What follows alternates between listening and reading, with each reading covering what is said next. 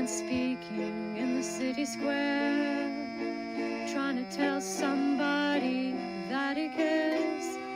Can you blame the voice of youth for asking what is true?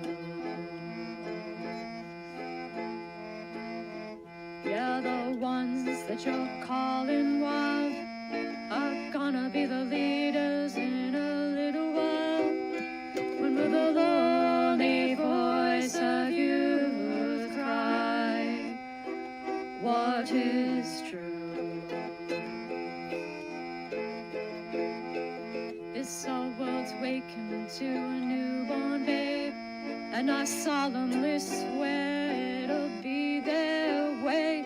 You better help that voice of youth find what is true.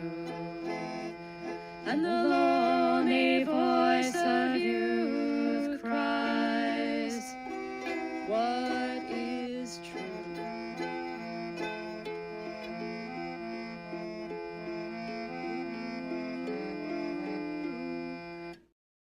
All right. Welcome in, everybody. It is post turkey time. So I hope everybody had a terrific turkey time uh, because mine was terrific. And turkey is good. So turkey should be terrific and should be a time because alliteration is where it's at. So, yeah, it was storms and bad weather and all kinds of wackiness this past week. But we escaped most of it. Long trip up to New England did not go as planned, but was fine. Trip back was great. Had good weather 'cause we left early, and yeah, now we're back. It's been a long day today. I did a recording with somebody that will be coming out eventually. Um, Still working on getting the book ready for release. Just working with people. It's always fun. Yes, we'll go with fun. And it's hard, even when you're paying people, to get them to do what they promise to do. It's always difficult when you're working with other people, but also learning to work with other people is good. Because people are paying, but you can be better and make the world better with them. So, yar, Ixnon, yar. Yeah, we get a big meeting tomorrow for our game on the Mark of Wisdom Discord server. So if you're available tomorrow at I think it's 11:30 Eastern time, then be there, and you can contribute to the game. Hopefully, you're up to speed on all the material we already have. If not, then don't ask too many questions. We got work to do. That's all I'm saying. So yeah, it's been an interesting week. Holidays are always interesting. Busiest travel day of the year, and I was on the road for that. Although again, it wasn't too bad. So that day wasn't bad. The day before was bad. So let's grab our favorite book and see what it will tell us. Our little small act of divination, I suppose.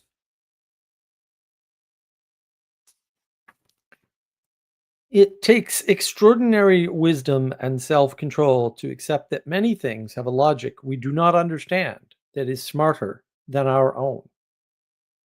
Ooh, boy, I like that. I'm going to frame that somewhere. Phenomenal. Phenomenal. Quite good. Yeah, it was tough to get a topic because got back, a lot of stuff was going on, didn't really have time. Sally Joe came through for us as she often does. And so it's the outside versus science. And it's a prescient topic with all the analysis and all of the different confusion that people are having over what is the world, what should we do, who should we listen to, right? And we're just taking this scientific approach to everything. Like, oh, expertise, and what is expertise? We need to analyze things so that we can understand it, so that we can engage with it. And we're trapped in this ridiculous way of doing things. We're absolutely trapped. And so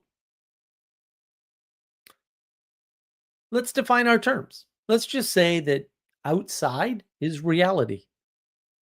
And science is a subset of reality, to be a little fair to science, even though it's at some point just unreal, uh, facilitated by dissection.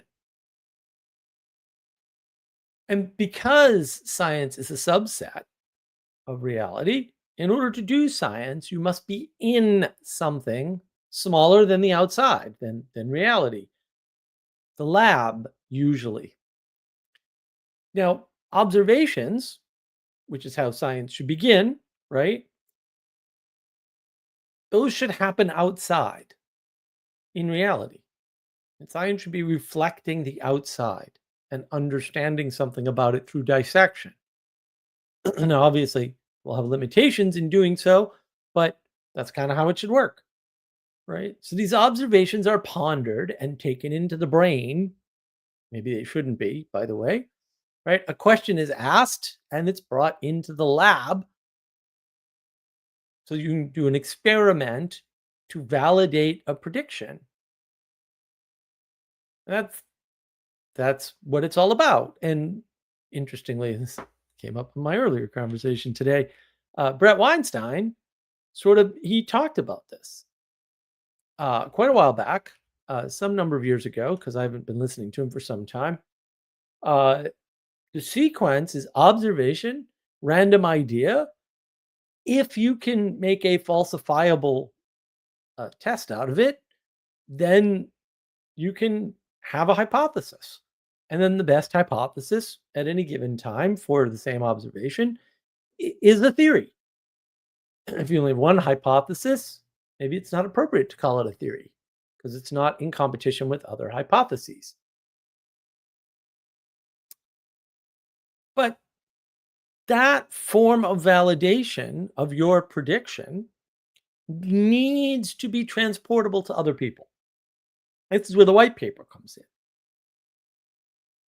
You need to put in propositions, all of the conditions that you're testing for your prediction, what you did in your test, right? And enough detail, and you can put your conclusion at the end, right? But you need enough detail so that other people can take that information and do the same thing.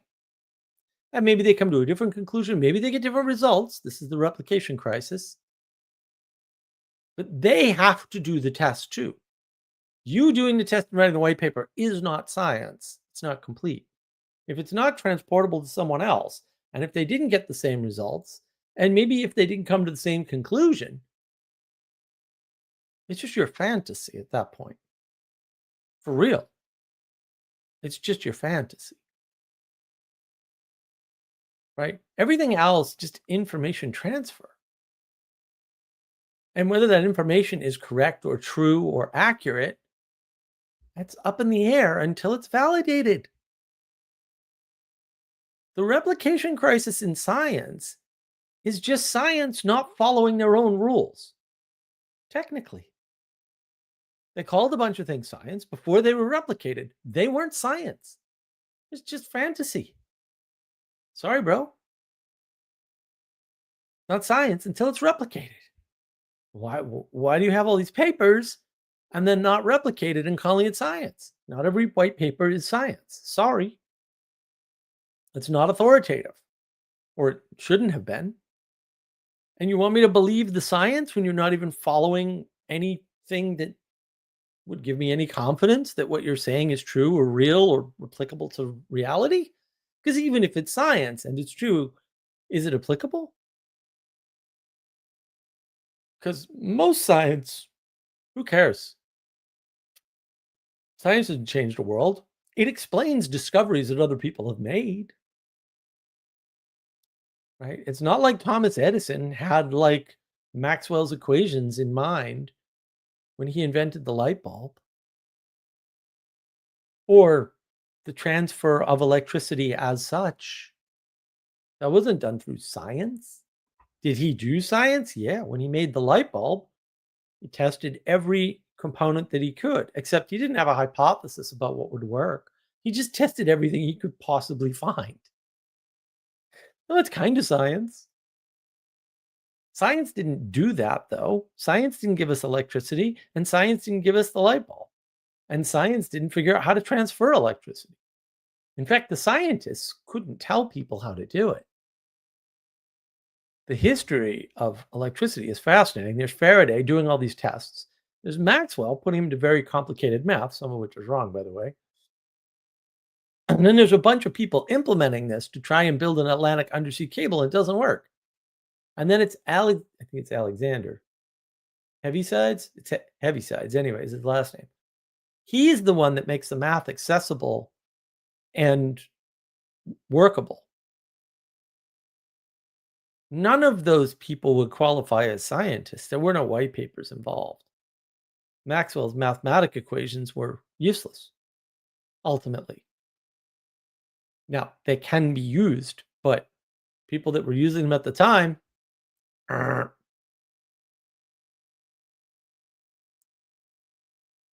so the purpose of science is as a form of validation. It's supposed to protect any given practitioner of science, not the general public, by the way, but maybe we'll get into that later, from fantasizing about the world and making poor predictions. If you're a practitioner of science, this validation process we call science is supposed to prevent you from fantasizing. That's what it's supposed to do. And it does this through the scientific method. And we can argue about alternative methods, but you'll be wrong and foolish, and I'll be angry. So we won't be doing that. That's pretty easy. And the issue here is what happens when you focus on prediction of the world rather than your experience of the world and observations of the world. And to be fair, the same issues can come up if you focus on just the observation of the world. Right? This looks like mysticism. Oh, I saw this. I don't understand it. I'm going to explain it with ancient aliens or angels. Those are the same thing. Rather than experience of the world. Still need to drag experience in. You can't rely on only your observation because it turns out you're a flawed creature. To know the world requires forms of cooperation. Form of cooperation in the scientific method is I write a white paper based on my experiment, and then you do the experiment too, and then we agree on the conclusion. If that doesn't happen, the science didn't happen. Validation wasn't completed. Something happened, sure. Lots of things happen all the time, though, so I'm not too impressed that something happened. These very weak, attempts at redemption, at saying, "Oh, but things happened." Thanks, genius. I already knew things happened. Things were going to happen anyway. Isn't very exciting. Were they good? That's a lot more important. So why is this issue of the outside or reality versus science important? Look, science is embedded in reality. Well, yeah, everything's embedded in reality. We're not saying much there. Well, it's important because science has taken over expertise as such. The only form of expert that people have been recognizing for decades now are so-called scientists. Of course, we've seen the problem with that. One is just because you have a degree and you work in a lab doesn't mean you're a moral, upstanding person who doesn't manipulate or fantasize unknowingly about the world, right? The scientific method is supposed to prevent. But now all expertise has to be science. And it is all accessible via education and not through experience. That's a big problem. Experience is the important bit. Education is a psyop. And this whole problem would not even be that much of an issue if we weren't living in the age of gnosis, right? Where propositions and knowledge are the same thing and they're the highest value. There's your propositional tyranny. But because we're not outside,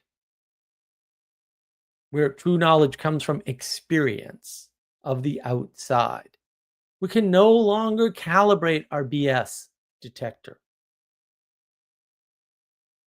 So we can't look at Fauci's history and know instantaneously, oh, he's done this before. He's obviously lying this time too, like he was last time.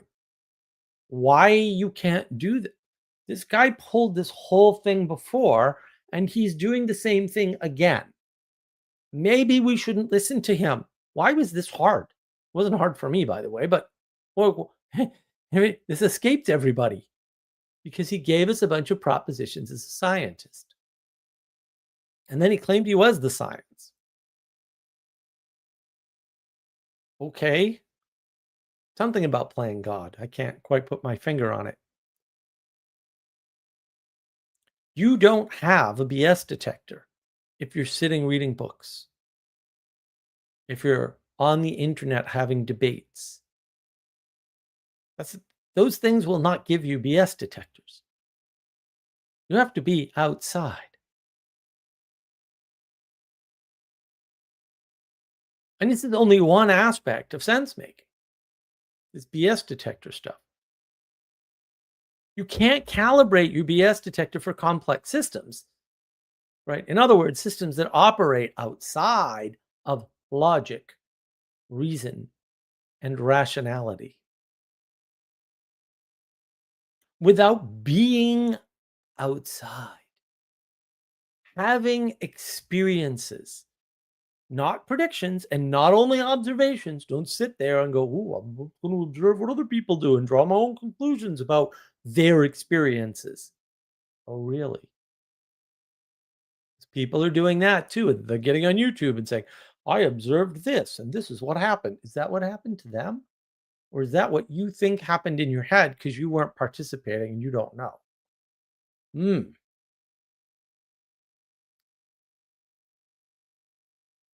And you're not just observing what happens around you. You're not just observing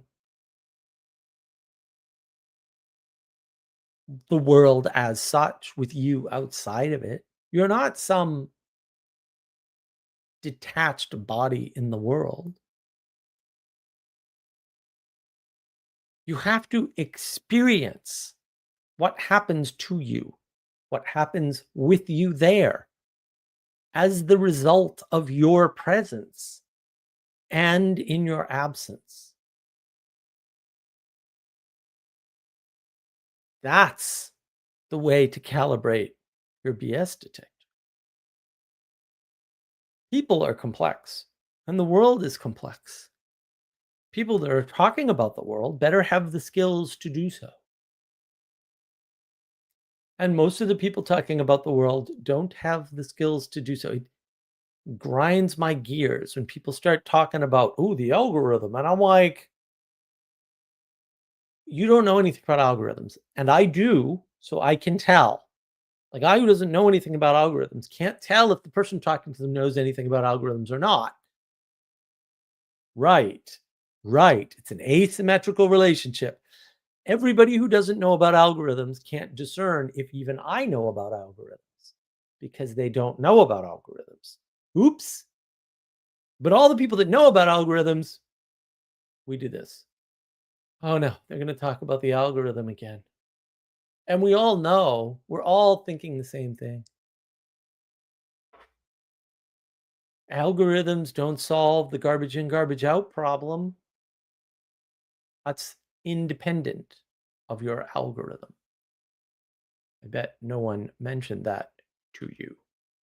And it's this deep asymmetry that people are missing that causes them a great deal of confusion because they're not out in reality. And it takes years of being out in reality of understanding the outside in order to fight the science. My earlier conversation today, I said, yeah, I can watch something for 5 minutes and know if either of the two participants have any idea what they're talking about.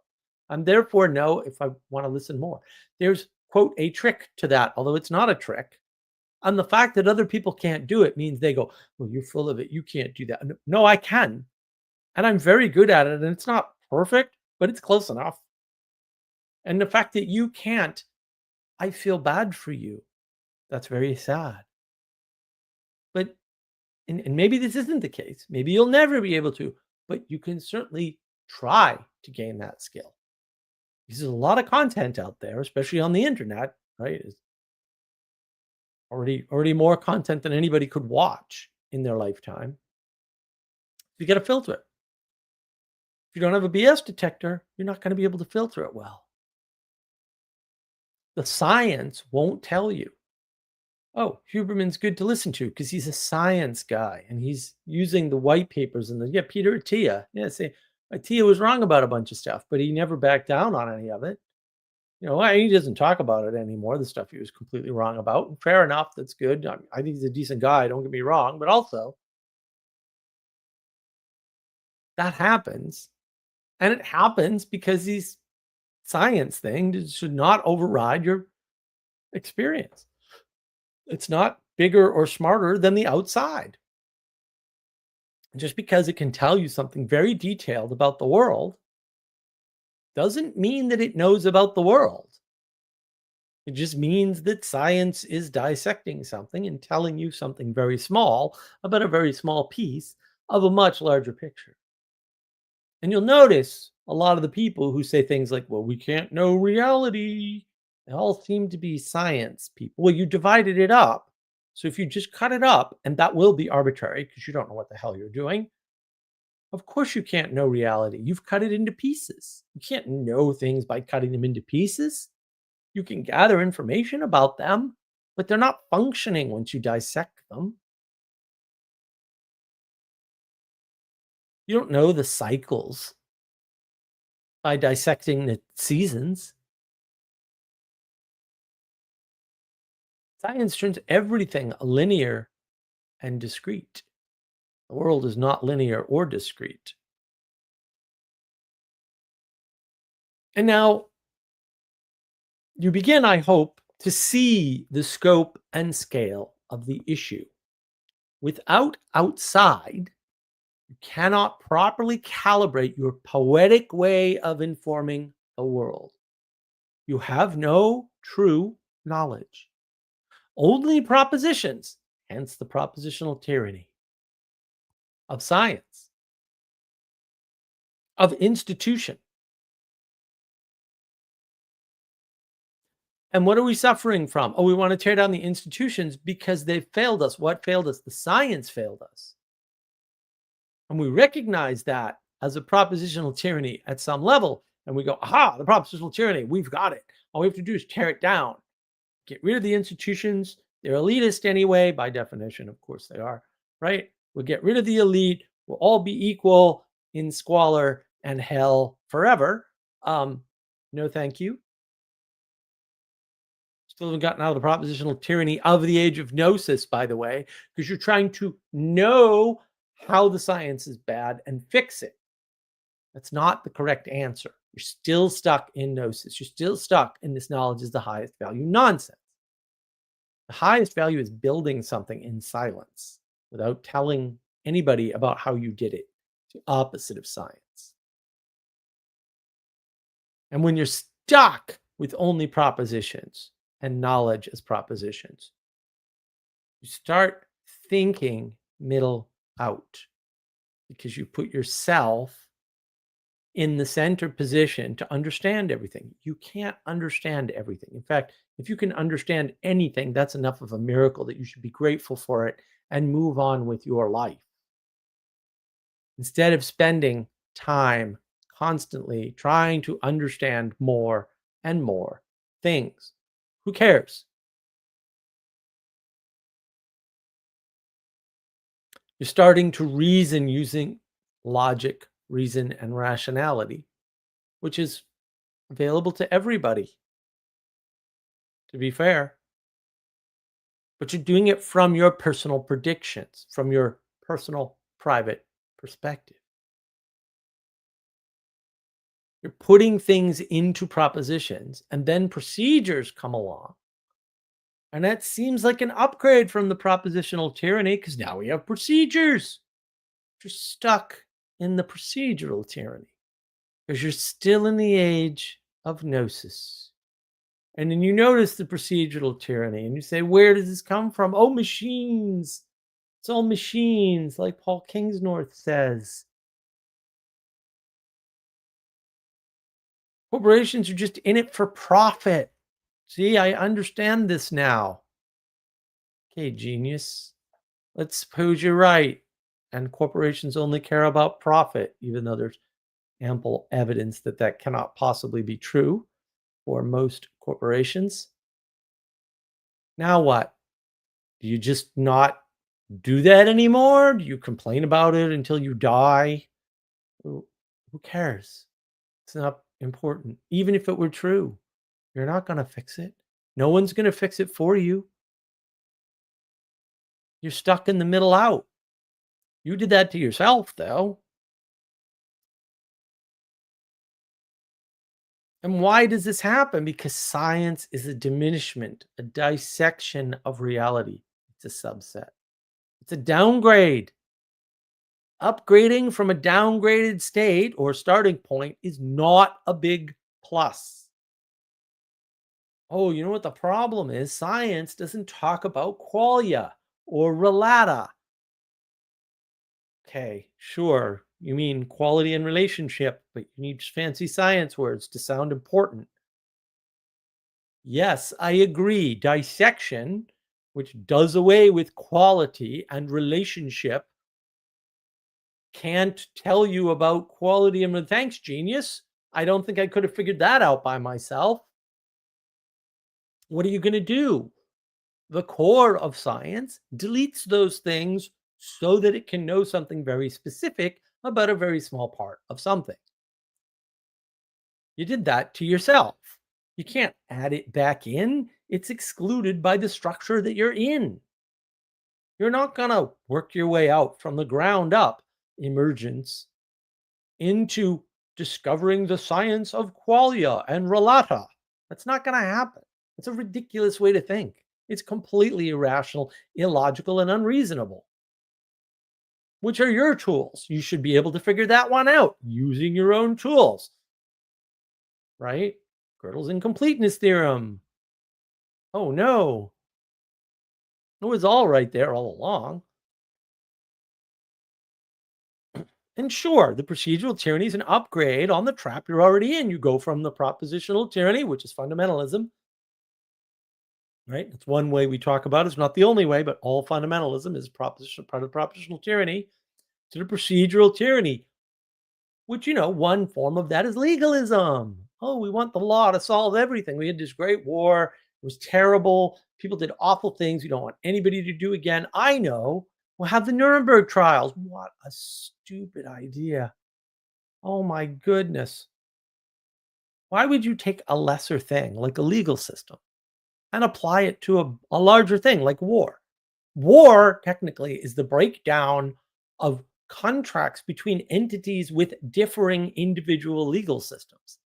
Legal systems are not bigger than war. You shouldn't apply them to war. Who would come up with such a stupid idea? Yeah, maybe you need to do something, but it's not trials. It's not legality.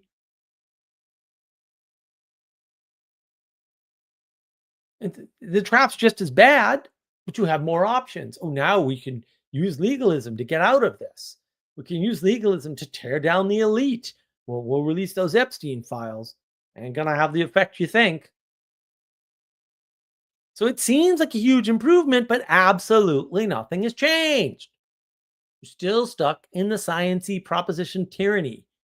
You're still trapped in the age of gnosis, even if you upgrade with procedures. You can upgrade with procedures and qualia and relata. Ooh. And, you'll spend years and years and years trying to figure that out. Oh, how do we get some scientific system so it doesn't become a cult? You're in a cult. You're already the cult. What is wrong with you? Already happened to you. Maybe fix it. Don't use your stupid science. That's how we got here. This obsession with people using the way we got here to get out. I'm like, you can't really be this dumb, can you? Like, this is how we got here. Oh, we need more education. More education is how we got. It correlates 100%.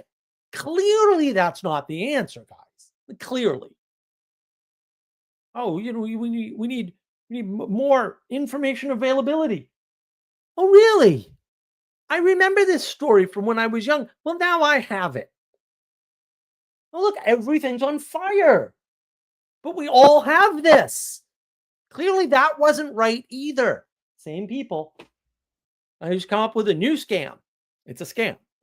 Oh, we just need the right science. We just need the right education. We'll do a new way of educating. No, you won't. You're a retard. It took a long time to get to the point that we're at. And you think you're going to reinvent it by yourself, or maybe with a few smart buddies with high IQ, which correlates with nothing, by the way. IQ correlates with nothing. Oops. And you're going to fix something that it took a distributed cognition 1,000 years to come up with or more. Oh, okay. Yeah, I'm going to believe anything you say ever again. You're a lunatic. These people are lunatics. Listen to the propositions they're giving you. They don't make any sense at all. And no one sees it. I feel like I'm alone practically. It's terrible. I'm like, you're going to be kidding me. How are you falling for this? Did you, I know I've mentioned it before. This whole thing about fusion power, right? Like, oh, we're gonna contain fusion, and we won't split the atoms, and we're gonna have a mini sun. They were advertising that on TV in the 1950s. In the 1950s, they've been saying fusion reactors are going to solve our energy problems since the 1950s. Why would I believe them now? The 1950s. It was a long ass time ago. And I didn't know that because I wasn't born. I wasn't watching TV in the 1950s. I didn't exist. But then you find out these scam artists have been doing the same scam forever. They're scam artists with PhDs. Great. What an upgrade. Same trap. Different trappings. So what is it, we might ask, that outside or reality, which you can know if you're not stupid, gives you? What's the advantage here? Maybe you need to ask that question. I don't know why you would have to, but here we are, I guess. Being outside forces you, and granted, you have to accept experience and observation over prediction and ego, but it forces you to inform yourself about the world, poetically, to survive. You have to understand the weather and the seasons and the difference between weather and seasons and climate, right? In order to survive. There are no linear, discrete interactions in the outside. Maybe you can create them so that you and others can cooperate more easily, right? Maybe you can make something easier through procedures for other people to do so they can help you with those things, right? But they don't exist outside. Maybe if you see something linear and discrete, you know it's man-made. Maybe that'll help your BS detector, eh? The thing is, outside things are linked. They are intimate. They have a quality of relationship. Not relata, not qualia. That cannot be reduced to propositions, even if they're fancy Greek and Latin terms, and procedures without losing most of the important parts. When you're outside and you're having these quality relationships with the wind, with the cold or the warm, with your body, which is moving outside, hopefully, with the sounds, with the animals, scattering the grasshoppers as you walk to the shed, whatever it is. That calibrates your BS detector. That tells you how things work, where they work, what works, what doesn't work. It may not tell you why, but do you need to know why? Can you just accept the world the way it is? It's bigger than you. I mean, you're not going to know the why on everything. So pick which whys you want, maybe. Maybe pick none of them. The people that pick no whys seem happier. Oh, they're the dumb people. Yeah, maybe, but they have easier lives. I don't know. You could just stop asking all those silly questions that don't need answering and just be happy like them and still be smart if that's valuable to you in the age of gnosis. Oh, goodness. What are we to do? What are we to do? Get outside. Grow a bean. Go meet someone new. Make a new friend. Go find somebody that annoys you and put up with them for an hour. Or maybe half an hour. Ease your way into it. Find something good about someone you dislike. You might even be able to find something good about Eric Weinstein. Who knows? Let me know if you do. Be interested to know. Spend some time doing something repetitive without listening to anything at all. And you can pay attention to how you feel when you're doing the dishes or folding laundry or maybe just running. You might learn a lot about your body, about yourself, without being distracted by an audio book or a podcast. Look up. Orient up. And why? Because that's how you be better. Because the world needs you. The world needs you to be better. And if you're better because you're in the outside, the world will be better. It's not that hard to make the world better. Everybody would rather make other people make the world better than just make themselves better and make the world better. Look for that pattern. Then you'll know who to listen to and who not to listen to. What are they saying? What are they not saying? Are they proposing that somebody else does work that they're not doing? Let's suppose they're right. And if only the president would do whatever, that's never going to happen. At least not because of them. So they're wasting their time and yours. Pretty easy. Yon God. See, in the lab, I realized that the membrane's trying to predict the future. But if I was outside, I'd have known it was the case this whole time. Sure, Yon God. Sure. Anselman just boiled the kettle by electricity for a nice cup of tea. I like electricity. Oh no, French. La science, c'est moi. Rather like l'état, c'est moi. I hope I did that right. I never did master French. I hate that language. It's terrible. Young, why are professors of evolutionary psychology so confident? Well, because it's, and I have a live stream on this, it's the battle of the two books. That's really what it is, right?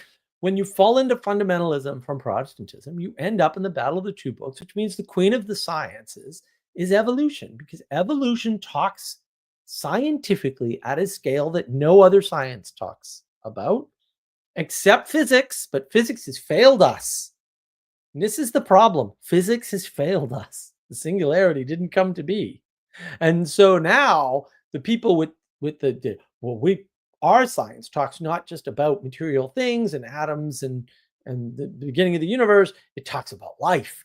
So our science is better. And so our book, The Origin of Species, which we somehow think is called The Origin of Life because we're retarded scientists and we really want to be important, even though we're worthless to the world, technically, right? We're going to take over from the physicists who have failed us, and we're going to fix this problem. No, that's really where it really is that simple. I know everyone's going to be pissed off and not believe it. No, it's actually just that. That's really all that's going on. It looks more complicated because they can use fancy words. It doesn't work on me because I know most of those fancy words anyway. But they can use fancy words and this glitzy propositional stuff and a little bit of charisma, right? And then fool you into thinking that they're saying something profound when really they just want to be in charge, and nobody wants them in charge because they're retarded. That's basically what's going on, right? So yeah, psychology plus evolution. People are turning up their noses. It's the age of noses. Yes. That may be true, Anselman. That may be true. Anselman, thanks, Ixnot. I'm in a silly mood for a fun evening with friends. Well, that's what we want to hear. We want people. The scam is now monstrous. Windmills. Oh my goodness, the windmill. Sabine Hassenfelder did a whole thing on solar, and she missed all the most important parts of why solar is retarded. You know, Mike, like, why are we doing this? I like Sabine, but also like you could have been completely right about this, and you chose to not consider a bunch of important stuff about this. It drove me nuts. It drove me nuts. Answer my local Robin is as friendly as your parent. Leave Polly out of this. Remember to let God in your moments of attention to self. Oh, no. Answer magic secret, which we learned on the Verbaki server. You don't have to. Sorry, buddy. You don't even have to. That'll happen. That'll already happen.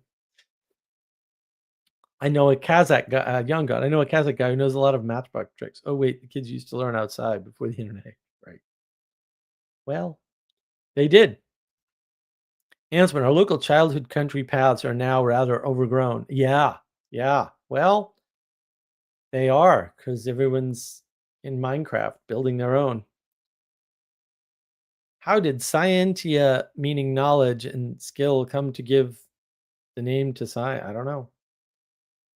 I think a lot of language games were played as the result of the Protestant catastrophe, and we've been suffering ever since because we've made everyone literate and destroyed their comprehension.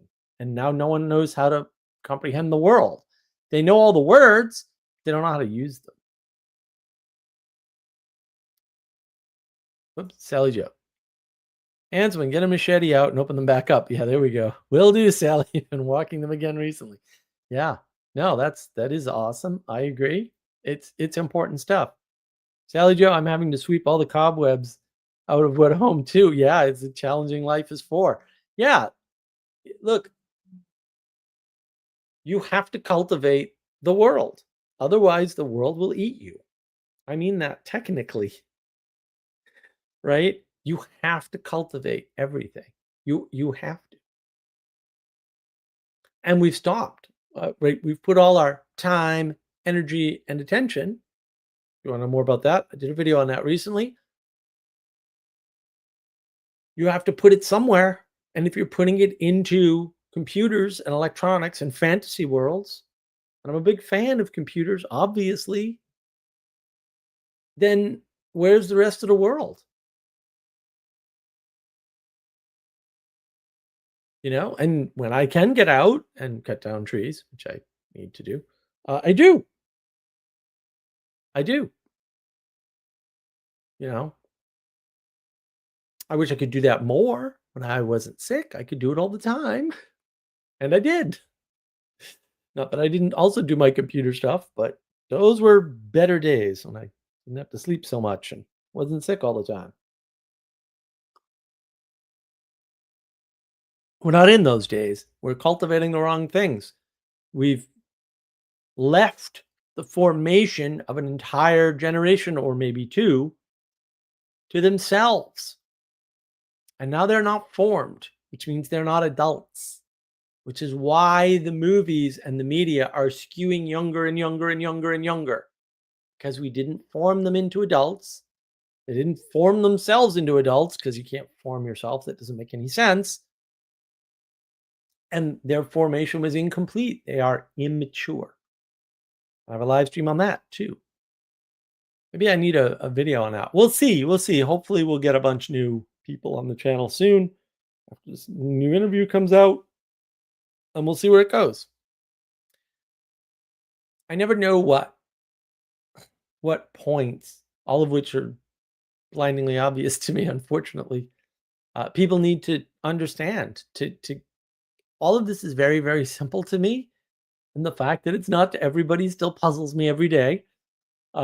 And that it is what it is. It's fine, right? But like, I never know what to give people next. That's why I need your help, right? I need your involvement, your questions, your curiosities, your I don't understand this, whatever, so that I can, help you to understand the things that need to be understood. Because I don't know what they are, and even if I know, I might not be able to articulate it, because there's still a lot of stuff that I'd like to be able to articulate, and I just can't. And what I really need is an animator. An animator. There's a bunch of stuff we could animate. The animations work, except on the high Mensa IQ people. Apparently, the high Mensa IQ people can't understand the anime. Imagine admitting that in a comment on a YouTube video. Like, it's really, dude. Even if that were true, I don't think I'd publicize that fact. Sally Joe, no, he can't be Mark, young God. He has to be better. Yes, we should all be better. We should all not be ourselves. We should be better than we were yesterday. That's what we should be. If we can manage it, we should be better. Right? Because ultimately the world needs you to be better. In order for the world to be better, you need to be better. So if you're not better, the world won't get better. And the world needs you. And the world needs you to be better. It's better. It's not that hard. Even Polly needs you to be better. So look, if you want to jump in, I have posted the link. If you've got questions, you can put them in the live chat. Yeah, I mean, this battle between the outside and the science. Why do you think they want AI? Why do you think they want 3D glasses? They can keep you in their little world forever. Sure, you get Minecraft. Yay, you can build your own mini world inside their world under their rules. But they're trying to form the world. And to be fair, I think people get causality backwards. They didn't do this deliberately, knowingly, on purpose, with forethought and malice, right? The fact that people didn't get formed means there's a vacuum and something needs to step into that vacuum. And maybe it's the tech bros. That's what happened. I was there. I watched this whole thing unfold. That's what happened. It wasn't, I'm a technologist, I'm going to rule the world. Now, that did not happen. I'm not saying there aren't people like that, but usually people that egotistical never make it anywhere in a corporation. Occasionally that happens, but there's reasons why people become CEOs. But usually the qualities that you think associate with a CEO, a common CEO, are outliers that don't work unless you have a bunch of other qualities. So for example, if you're egotistical and disorganized, you ain't going to be managing nothing for very long. Don't worry about it. Those people are harmless. Annoying, maybe need a punch in the face, but mostly harmless. They're never going to try to rule the world. I mean, they might try, but they're not going to make it anywhere, right? The number of qualities you have to be higher in the hierarchy than you are, very large. Very large. And that's another, like, I'm working on videos like that. Like, there's a few chains. I see them every once in a while. I'm like, oh yeah, that's this and this and this and this and this, and this is why that, right? And then the combinations, exact combinations and amounts don't work because things are squishy and things can kind of move, and it's not a formula. You can't just apply a formula. So you can never apply a formula to anything, but right? There's plenty of people that will tell you how to start a small business, um, how to run, a drop shipping business, like how to run a YouTube channel and get it monetized. And those methods probably work, but not by themselves. Like they may give you 10 things you have to do all at once together, and you probably need to be able to do 30, and they don't know the other 20 because it came naturally to those people. That's more like what the world looks like and works like. It's still an incorrect map, but it's closer than the map you've been given about this procedure. You follow these procedures in the shop. Sometimes that's true for certain types of things. But when you look in the outside, you realize it's not true for a bunch of other things, all of which seem to be more important. Sally Joe, people are gilding their own cages in a vacuum of you can do anything for safety from infinite possibilities. Well said, Sally. We should put that on a t-shirt. No, we shouldn't. I'm joking. But also, we have t-shirts. You should buy them. The shop.markofwisdom.com is available. And soon, the book will be there. I promise. We're working on it. It's coming closer to reality in terms of being able to order these silly things. We'll get them there. We've got barcodes. We've got all kinds of things. And then hopefully by the end of next week, everything will be done. I was kind of hoping by the end of today I would have a link, but I do not. That's okay. Maybe by a week from now, I'll have a link. I can share it with everybody. You can all order 1 million copies of my book, at least. Minimum order, 1 million. And then that will solve all my problems, or at least a bunch of my problems. And more importantly, all Sally's problems. Sally Joe, luckily, really the possibilities are not endless and mostly constrained by proximity and momentum. That is true. Proximity and momentum. If you're a pragmatist, you understand proximity and momentum, man, you're a monster. You're going to be a beast. It's going to be great. I was explaining earlier in my conversation. Listen, it's not helpful for me to worry about Ukraine and Gaza and any number of wars on the continent of Africa that nobody ever talks about. Because I already have things that I can do, that I should do, that I want to do. And there's so many of those that even if that's all I did with my time, I wouldn't get them all done. So there you go.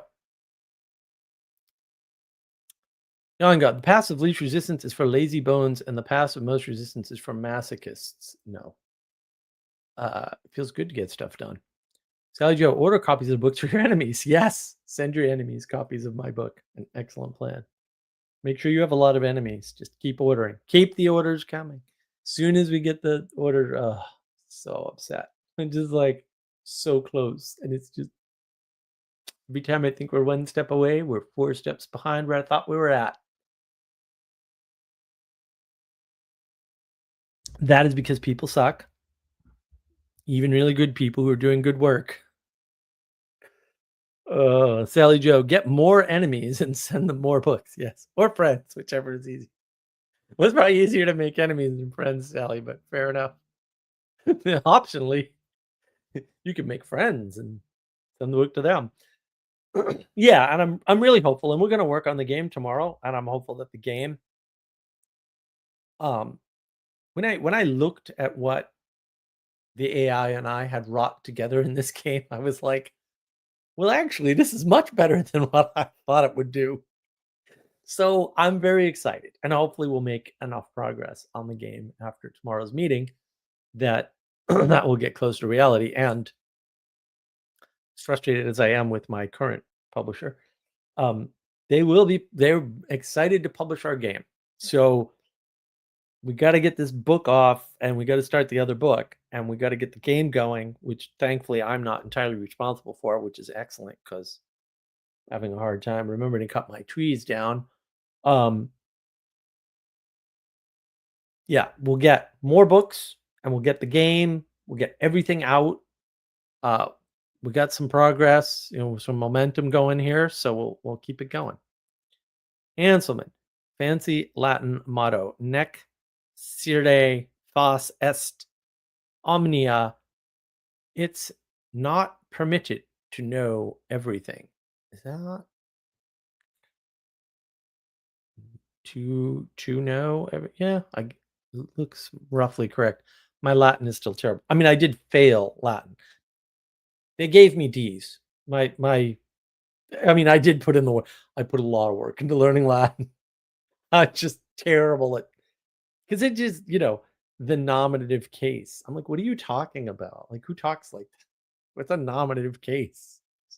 What do you mean your declinations? Like, what are you talking about? On the other hand, sum esse edist sumus sunt.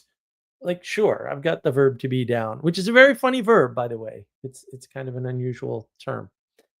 Um, Anselman. Also, age quod agis, concentrate on the business at hand. Do what you do carefully. Indeed. Indeed. Um, Wani witty Wichi. I came, I saw, I conquered. We can just add Discord to the end and it'll be fine. And I think with the advent of that moron Joseph Campbell's hero's journey nonsense, which is just total, how anybody fell for that, I don't understand. Um, where in literature are you finding a hero's journey? Just let me know. I'll be right here.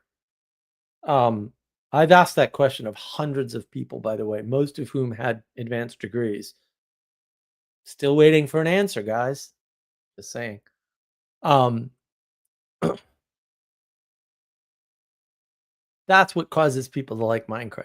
I never liked Minecraft. I never really played Minecraft. It's not like I didn't play games. I was a top tier Quake World player. True Fort 4 in particular, but like I was really good at Quake World. Like really good. I could smoke pretty much anybody. I was always in the top 3 in every match I played in 244. Always. Towards the end, in the beginning, I sucked, but that's true of everything. In the beginning, you suck. If you can get over sucking in the beginning, you can go a long way in life. And if you can recognize, hey, you know what? I'm always going to suck at this. Because some things, I had to stop buying guitars. I'm always going to suck at playing guitar. Always. I get it. I stopped trying to own a guitar.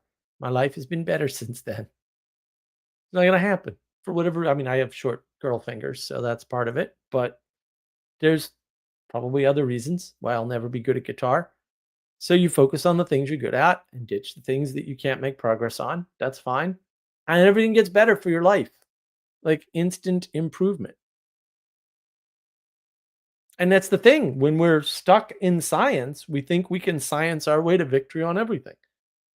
It's the scientific hero's journey. Hero's journey is wrong and science is worthless. That's just the way it is. The engineers do all the work. They make all the discoveries. The engineers and the inventors.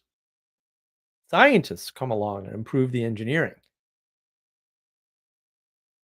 And the engineers make improvements based on the science. But science comes at the end. It doesn't come at the beginning. They'd like to be the beginning. They'd like to be important. They're just not. That's why they're not paid well. You're not paid well because you're not worth the money. It's not that hard. It's a capitalist economy in the United States, guys. Figure it out.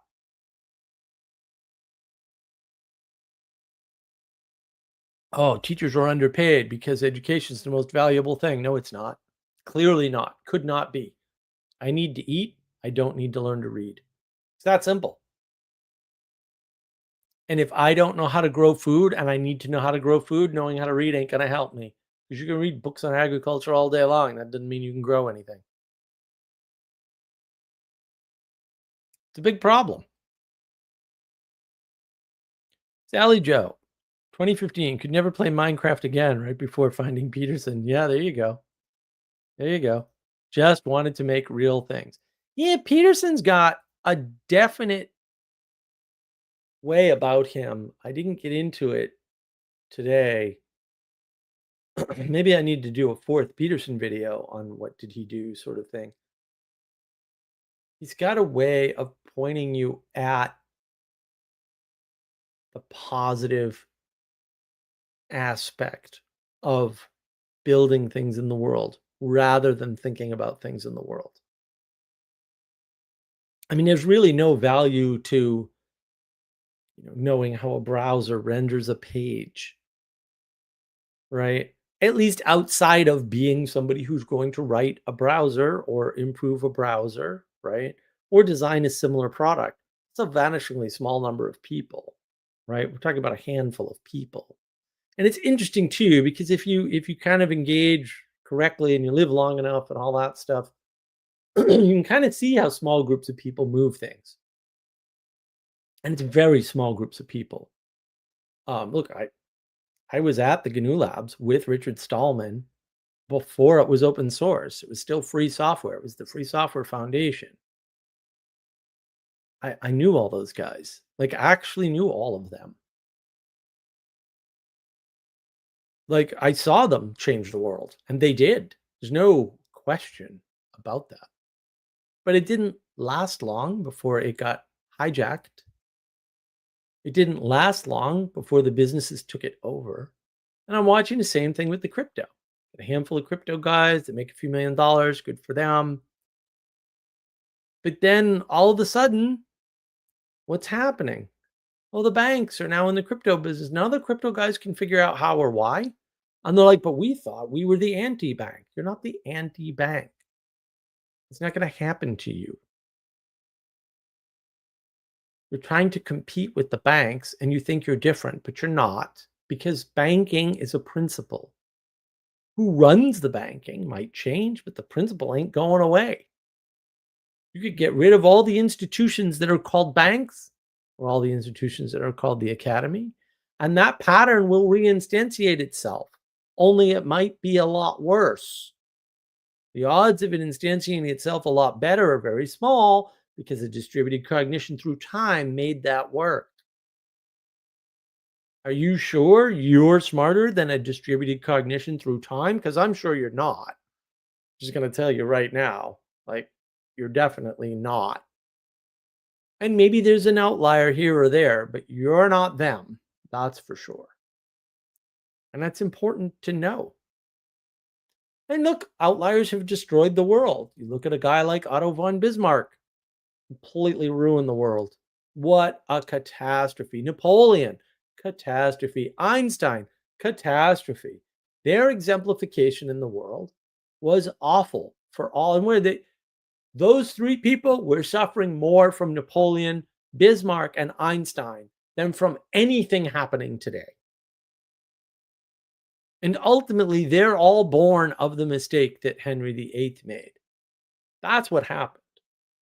And unless you understand it in that context, I was listening to the Universal History thing on America. Really, bunch of stuff came up. It was very interesting stuff I either didn't know or knew, but hadn't hit me, right? Because I learned it before I learned other things, and it just sort of faded into the back, and I was like, whatever, right? But that way of putting history together, which is somewhat what I think I've been doing in my history stuff. I gotta wrangle Adam again. We gotta do Bismarck next. We gotta talk about Bismarck.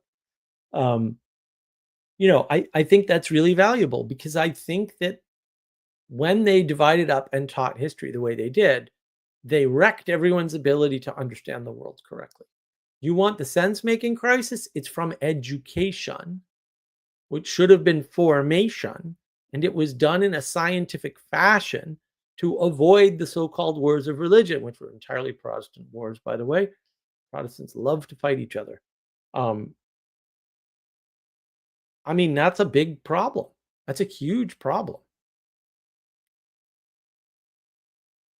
And I don't think people understand the impact of even a Peterson. Like, what fact that he rose how he rose, and you'll hear more about this when that talk I did today comes out, had a big impact on people because he was at the crossroads of a bunch of things. Anselman, Henry reckoned his mistake was listening to people giving dispensation to marry his brother's widow, contrary to the normal rules. Well, look, just to give you an Adam and Eve pattern. Anne Boleyn, Eve, gets from the snake, Tyndale, a book full of knowledge, presumably, although, was it? No, books don't contain knowledge. And he read that book, and Protestantism destroys all the monasteries. In other words, got rid of all the orphanages, all the academies, and all the welfare offices in England. Oops, because those were all done by the monastery. All the education and all the wealth for the community. And now you need banks. And now you need new forms of governance because government controls too much, because it took away the church's control of caring. In order to, we'll say, obtain the sort of knowledge and be protected from the world, see my Fall of Academia video, you need somebody who cares to take care of you. That happened in the monastery. In order to get food for the people who actually need food, and only the food they need, that person, you need somebody to care. In order to take care of an orphan, you need to care. The government can't care. Government is specifically designed to not care, actually. Not the monarchy, because the monarchy, while you could argue it's a form of government, I might say maybe it shouldn't be considered that way. And the fact that we have governance is a problem. And the fact that the right to rule does not descend from the bishop or the pope might be a problem. It might be why everything's screwed up. That might take a very long time to play out, longer than my lifetime and your lifetime and the lifetimes of, I don't know, 4 generations before us or something, maybe more, maybe, but that might be what we're all suffering from, ultimately. And I think there's a lot of evidence for that. I think a lot of people are starting to get there. I think a lot of people are starting to realize, oh, we just sort of set the kids out on their own and gave them some education, and now they're still children, even though they're in their 30s and 40s in some cases. Yeah. And now we have to cater to them. So we're giving them movies that are children, and the young adult section of the bookstore exists. They didn't have a young adult section. Young adult was not a type of literature when I was growing up. I'm like, what are you talking about? We have to give them these clever fantasies about wizards. I still don't. I listened to the first 2 Harry Potter books. Or did I listen to all of them? I might have listened to all of them. I don't remember a word of it. I remember the movies. I listened to the first 2 Dune books. Don't recall any of the books. I just don't retain.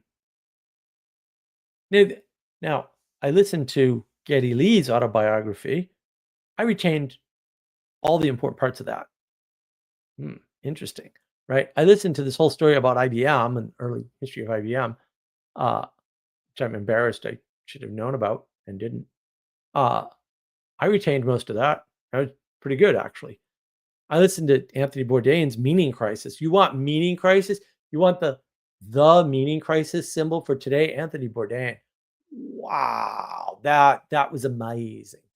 Sad, but amazing. Meaning crisis confirmed. Ansman all stem from taking bad advice to the Pope to go against his normal marital restrictions. Pretty sure he split off from the Pope and started his own church, and that's the problem. And that happened from Tyndale. But Renaissance was a time of degeneracy in the papacy. Okay, you know what other time was the time of degeneracy and papacy? Every other time. Do you know why? Because the Pope happens to be a person and people suck. But you know what doesn't fix that problem? Anything. Nothing fixes that problem. The question is, are you better off with or without a Pope? And the answer is clearly with. So that's still the problem. You can't solve any of the problems the Pope solves if you get rid of the Pope. But you will make everything worse, hence why we're having all these problems. No Christendom, no world. Ixnay. Religion is greater than culture, which is greater than politics. Well, that's true. Therefore, formation is the responsibility of the church. Exactly. That is completely 1,000,000,000% correct. Nothing could be more correct. In fact, all other things are incorrect in light of the correctness of that one statement. Sally Joe.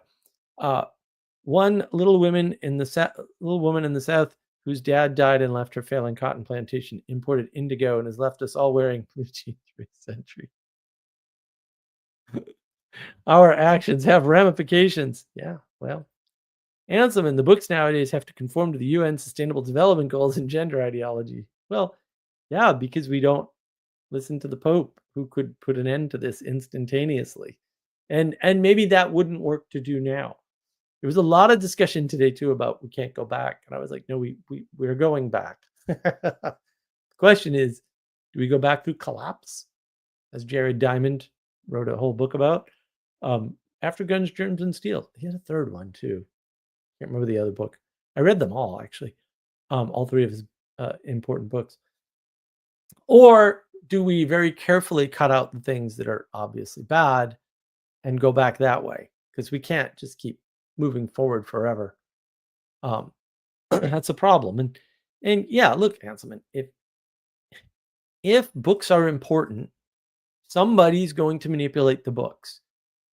If all you have is government, because Christendom is gone, then it's going to be the government.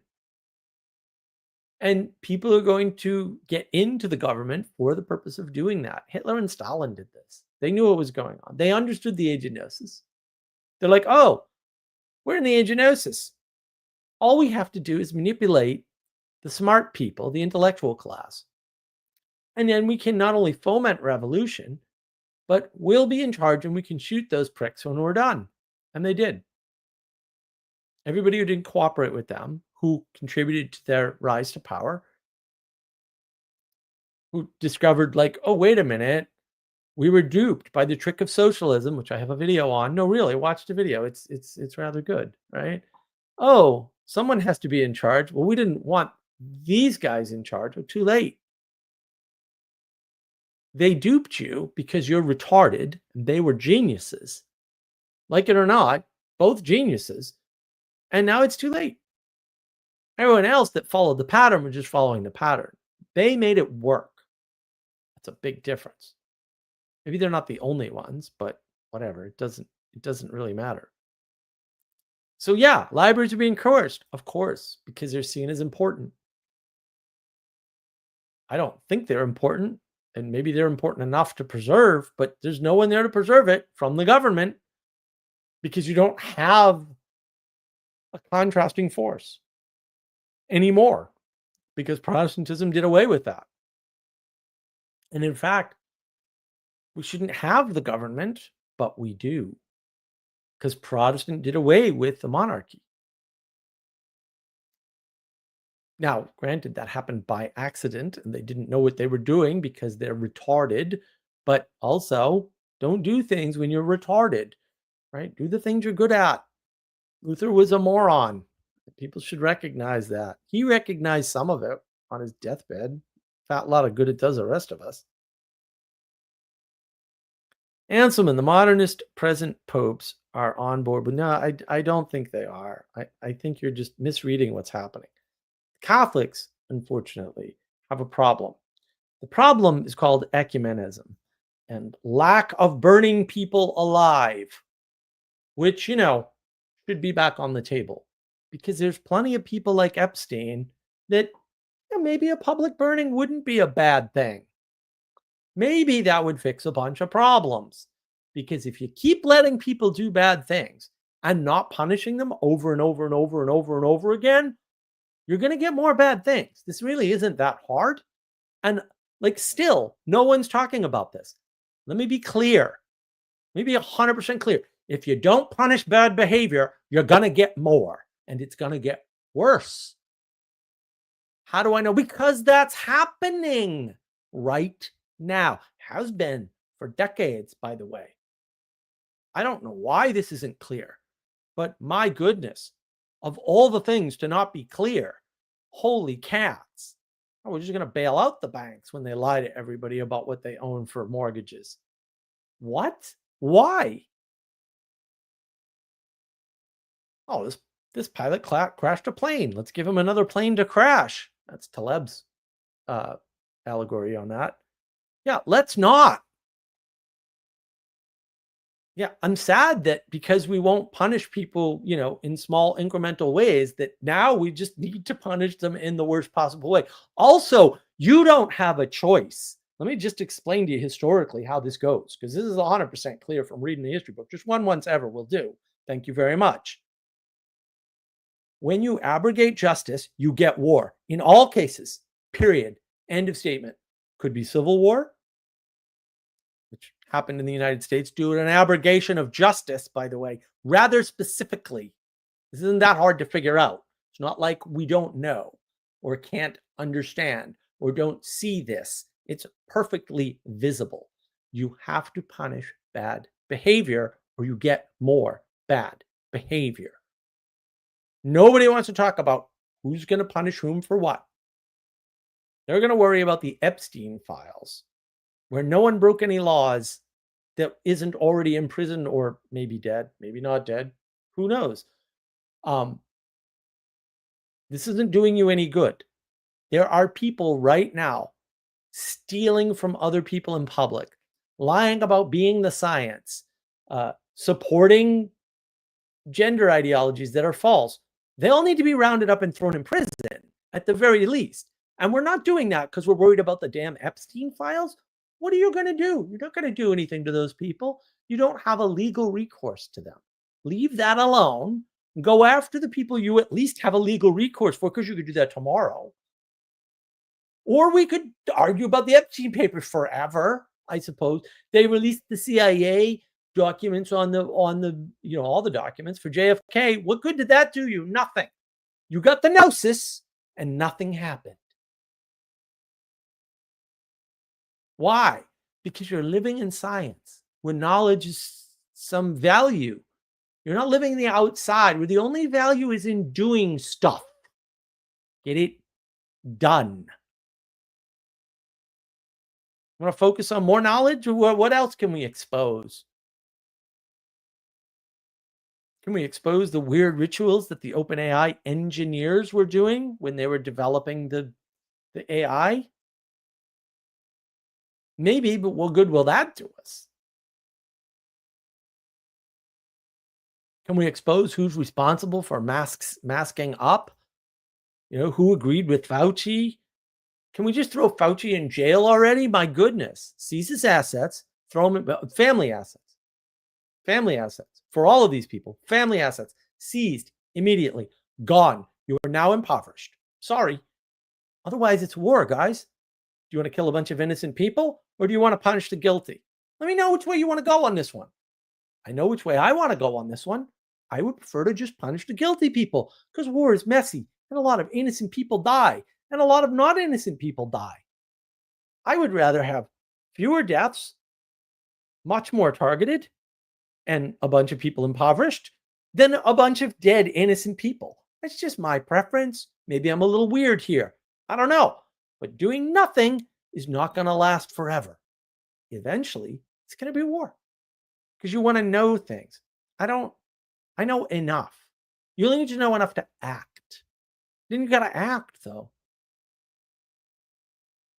You can't just sit there like we've been doing. One of the big mistakes Trump made after his first election was not locking her up. You should have done that. Sorry. Seized assets, family assets, gone. Clinton Foundation ended, completely seized. Jail for everybody. Bye-bye. Didn't do that. Did you know? You want some little symbology? I went over this earlier today. Trump originally in 2020 was going to reopen the United States from COVID on Easter. Didn't happen because he got, lied to by the evil people. But also, amazing. That would have been amazing. We were this close to the right answer. Didn't happen. Why is that? Oh, well, at least we don't have a pope. Maybe if we had one, that wouldn't happen that way. I don't know. It at least would have afforded us more possibility.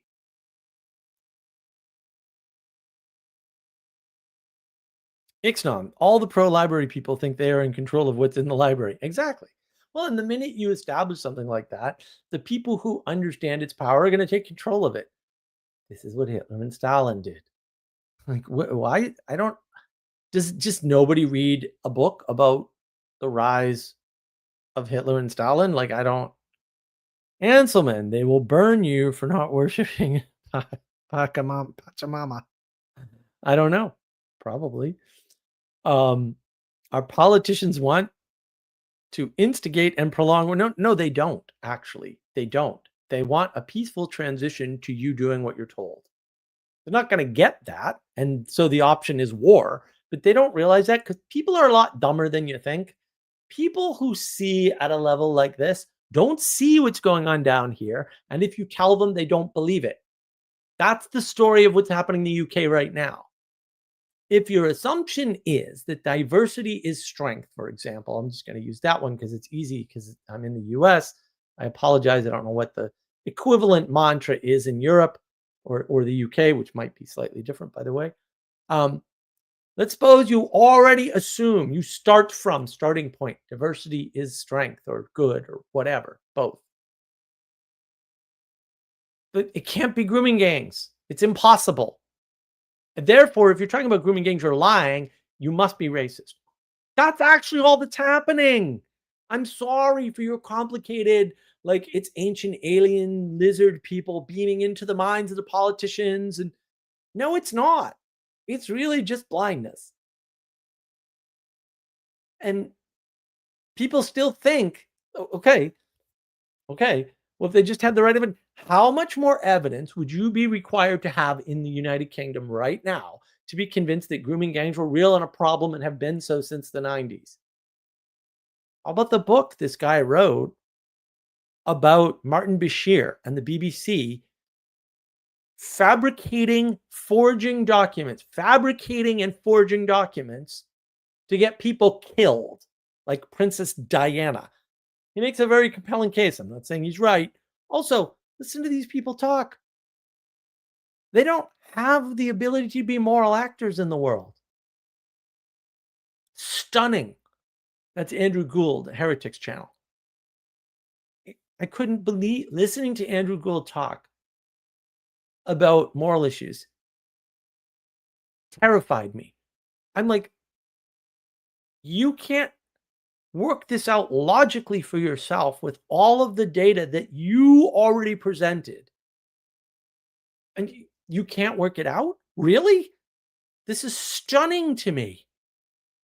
It's horrifying. I'm like, how do you not understand why forgery is bad when you're talking to a guy who wrote a book, and in the book he claims, oh, Martin Bashir forged a bunch of documents with the help of the rest of the BBC.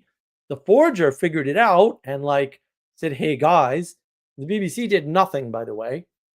That's interesting. And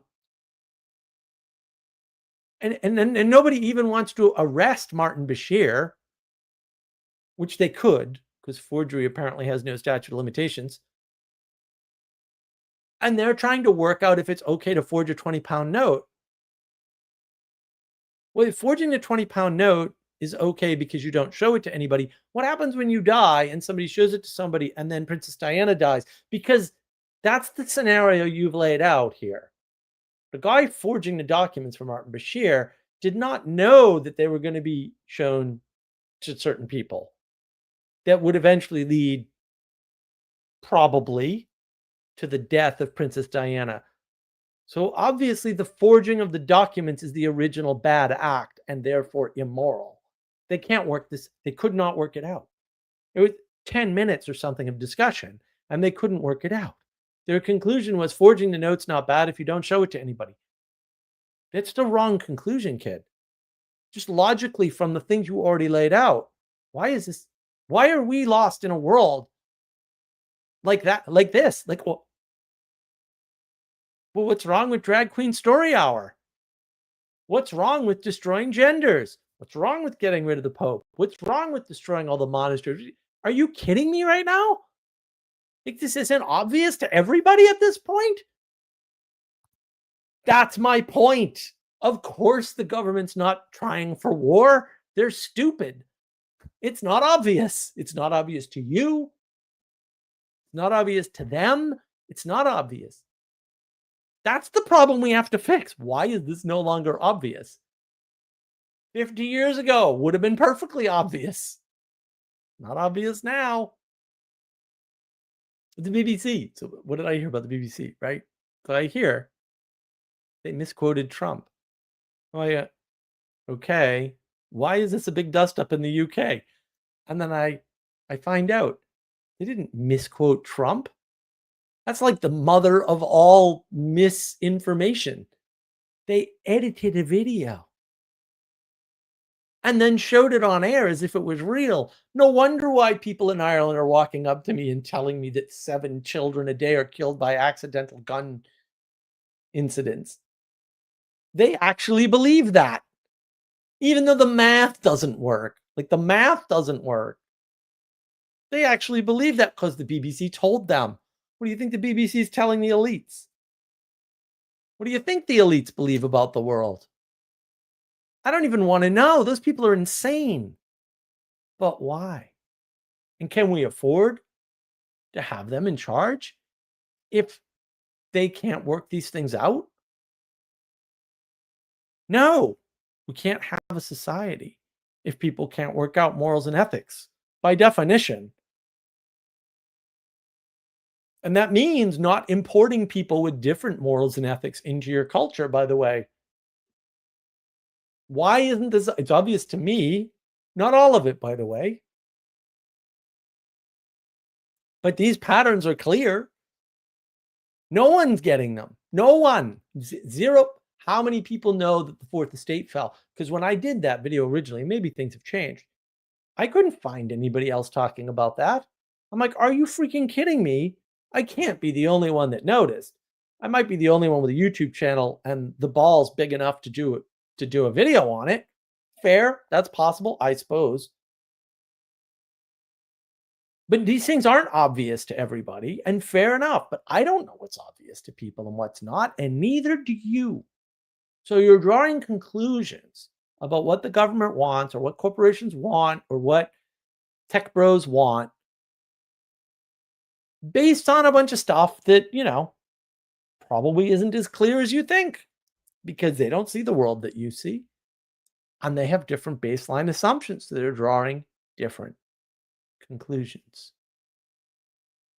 And you don't know what those conclusions are.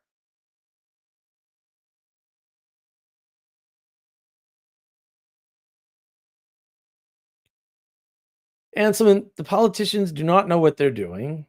They don't see the harm. And when they see harm, they attribute it to something else. If you don't understand that bringing people from different ethnicities means necessarily that they have different values and ethics and different goals in coming there than maybe you think they have, then it's racism is the problem. That's technically logically correct. It just happens to be factually wrong. But they don't believe that people have different values. This is the problem of, quote, Western values.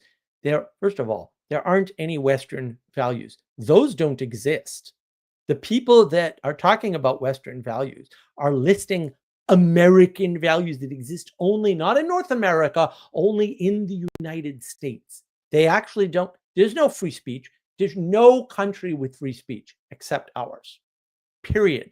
Never has been, by the way, ever. First and only. Sorry. Is free speech a Western value? No, it definitely is not. I'm sorry. Is the right to bear arms a Western value? Of course not. Okay. Not freedom of speech, not right to bear arms. How about equal opportunity? Nope. Absolutely not.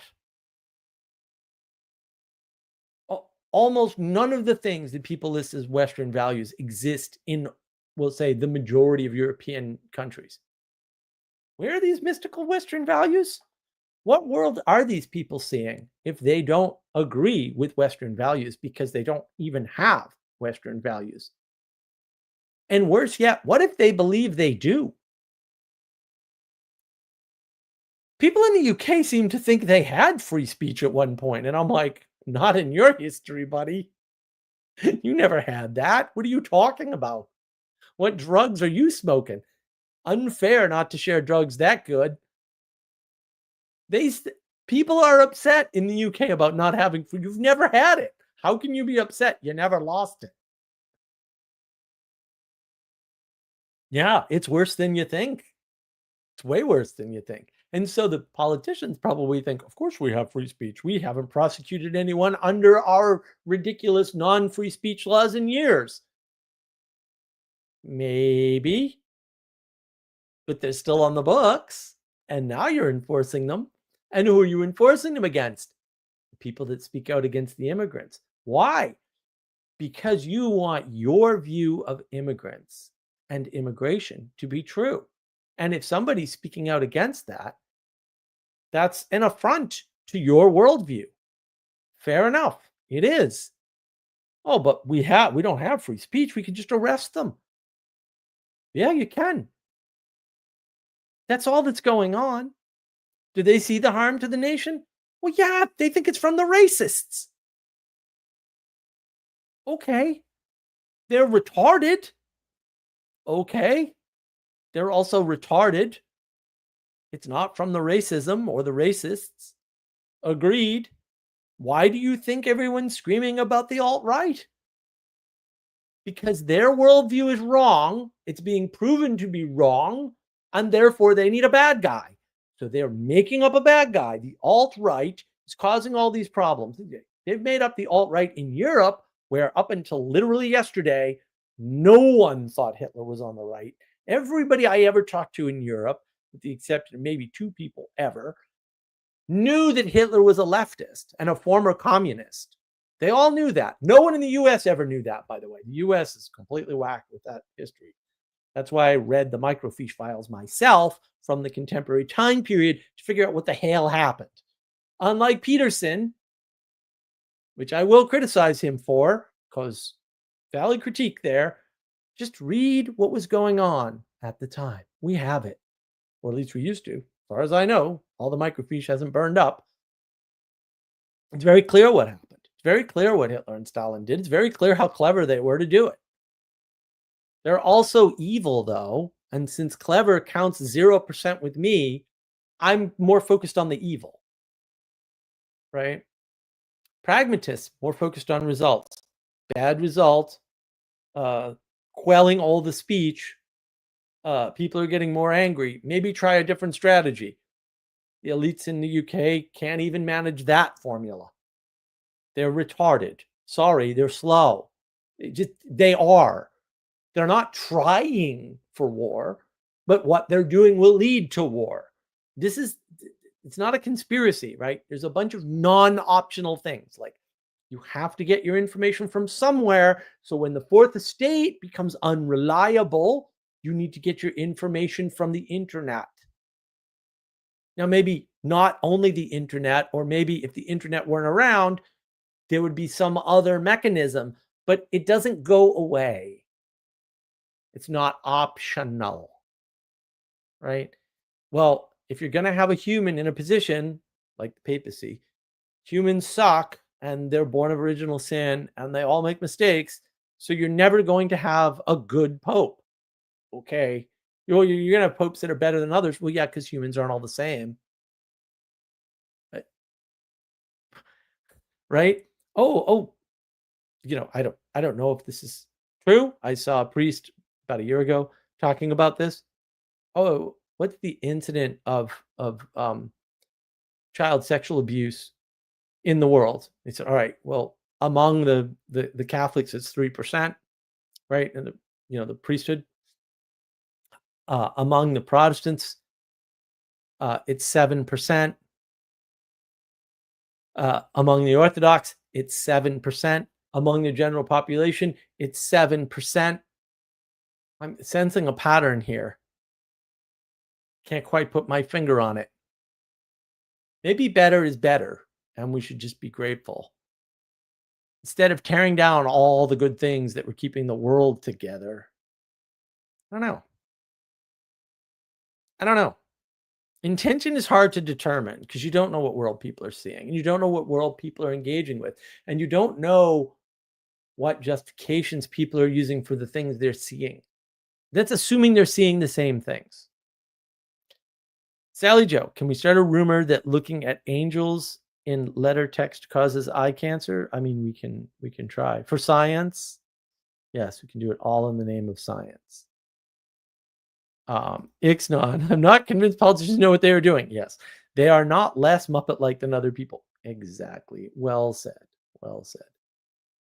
They are globalist agenda. Look, the globalist agenda is no different than the retards that believe in crypto. I'm on this crypto call, and they're literally trying to explain to me that because crypto, which is a technology I understand, it's very simple technology. I'm sorry, guys, but least interesting technology of all time might be blockchain. Very, very simple code. Is somehow able to fix the national debt. And their idea is that the problem is that we became untethered from gold because of Nixon. And I'm like, all right, well, your history is already wrong. That didn't happen. 37 trillion might be a big number to you, but the combined global debt is 360 trillion. And so really, we're not doing that bad. Right. And so, sure, if you frame it wrong, it sounds like we need to fix this thing. As if crypto and stable currencies was ever going to fix that problem. It doesn't change economics. They think it does. They told me this. Oh, yeah. You don't understand new economics, Mark. And I'm like, let me tell you why I don't understand. There's no such thing. It's not that hard. There's nothing fundamentally different about cryptocurrency from any other kind of currency. You can say fiat all day long. The most fiat currency in the world is a cryptocurrency because it relies on a fiat currency and a network and a bunch of electricity and a big trust system, right? And 51% consensus on this huge network. That's not better. Nothing about that is better than stamped pennies and coins. So everyone's got an agenda. The crypto people have a crypto agenda. Okay.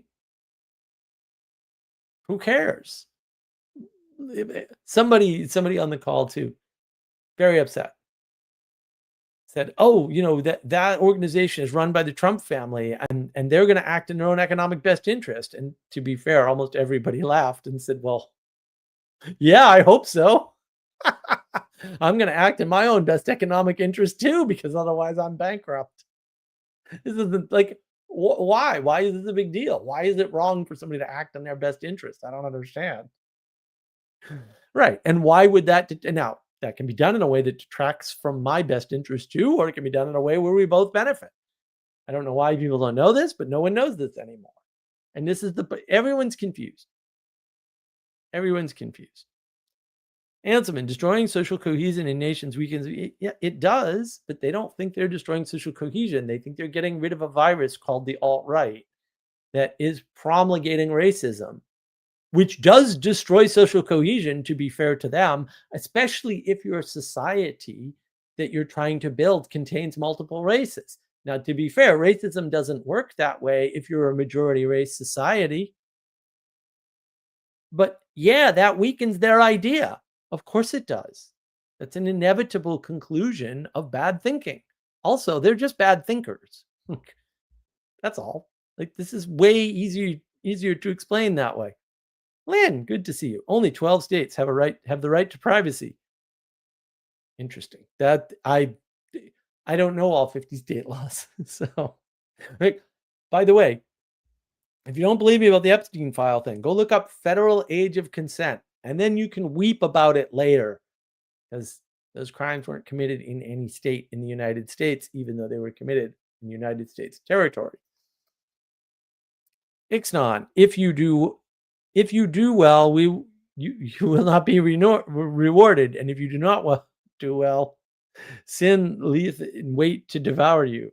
Yeah, well, lieth. Yeah, sin lieth in wait to devour. Yep, that's true.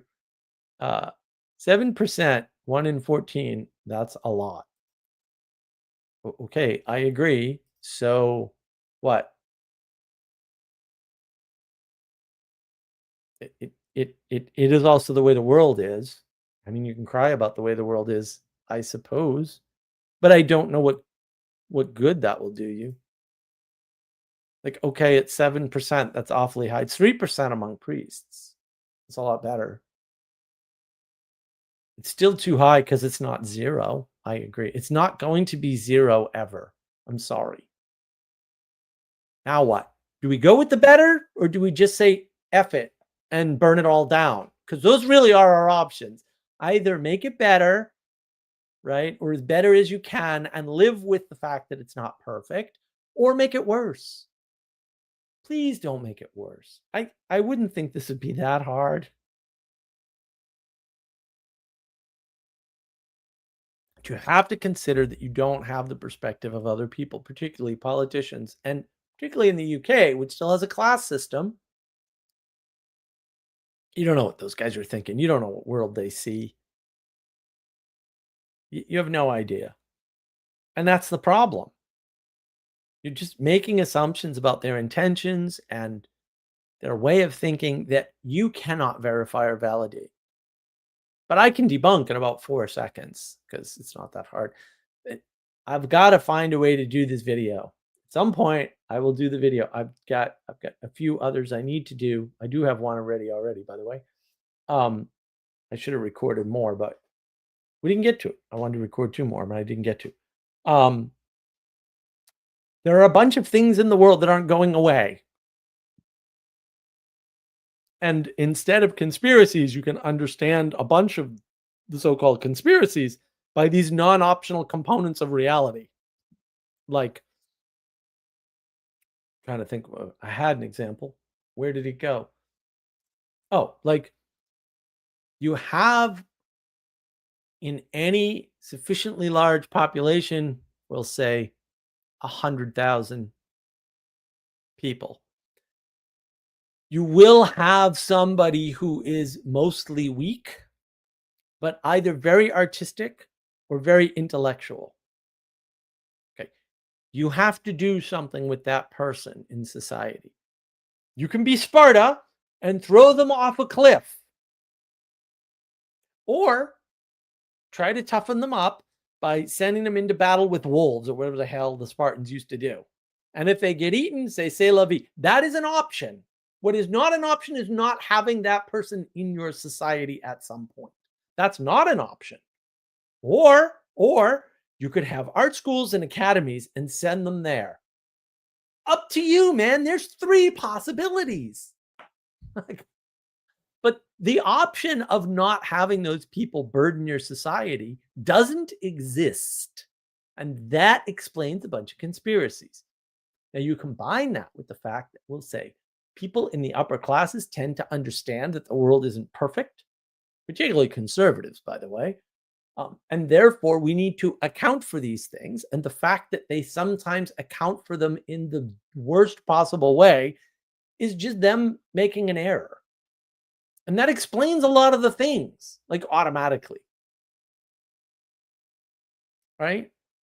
Look up McNamara's morons on Wikipedia. McNamara was convinced anybody could be benefited by being in the military because they have SOPs, right? Standard operating procedures. And anybody can follow a standard operating procedure, of course, right? The procedural tyranny works. Procedural tyranny is absolutely brilliant for people who aren't self-starters. It's brilliant for people who aren't self-motivated. It's brilliant for people who can't come up with things on their own, right? It's brilliant for people who would otherwise be worthless, but there's a limit. And the thing that IQ is very good at, which Nassim Taleb talks about, by the way, is it's very good at finding stupid people, right? The definitions for stupidity are excellent. And as you go down the scale, people get dumber. People with an under 80 IQ cannot be in the military. McNamara didn't believe this. He tried to put them in the military. You can read about the results and realize, okay, we have a bunch of people that can't even be in the military. What do we do with those people, guys? The government decides, oh, well, we could put them all in mental institutions and call them morons. Okay. Maybe that's the best viable solution to that problem. I don't know. I don't think you do either. But we can't put them in the military because they'll make the military worse. And we can't put them in the general population because they'll make that work. See how this works? It's not a conspiracy that mental institutions popped up and a bunch of people got put there and then subsequently got abused because people who crave power and control over other people will settle for power and control over morons if they can get it. And they're still bad people, and that's still a problem you can't fix. And if you move the people, they'll just move and feed on those people because you won't eliminate them from society, by the way, which is still my answer. Maybe you can just jail them. I prefer burning at the stake. Whatever. We can work something out. But let's not do nothing. Let's not pretend there's some utopian solution like, oh, I don't know. We'll just give all the stupid people homes and then they won't be homeless and on the street and able to be, attacked and assaulted by people who do that, because people do that, by the way, because that doesn't even work. But no, we can just keep screwing around and thinking we're going to get rid of these things that are just part of the world. And yeah, maybe it's not even a bad thing. There's a freaking TED Talk on this. It's years and years old now, and I don't remember the name of it. It was a great TED Talk.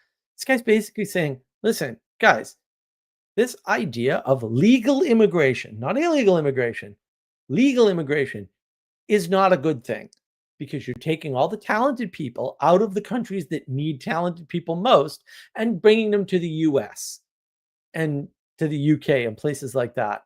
This is before the whole immigration thing blew up. He also talked about illegal immigration, but it was mostly about legal immigration. He said, this is not good. This is not good. And he was right. It's not good. The US stealing all the PhDs in the world is not good. That's why they like H-1B visas, because they think that's what they're doing.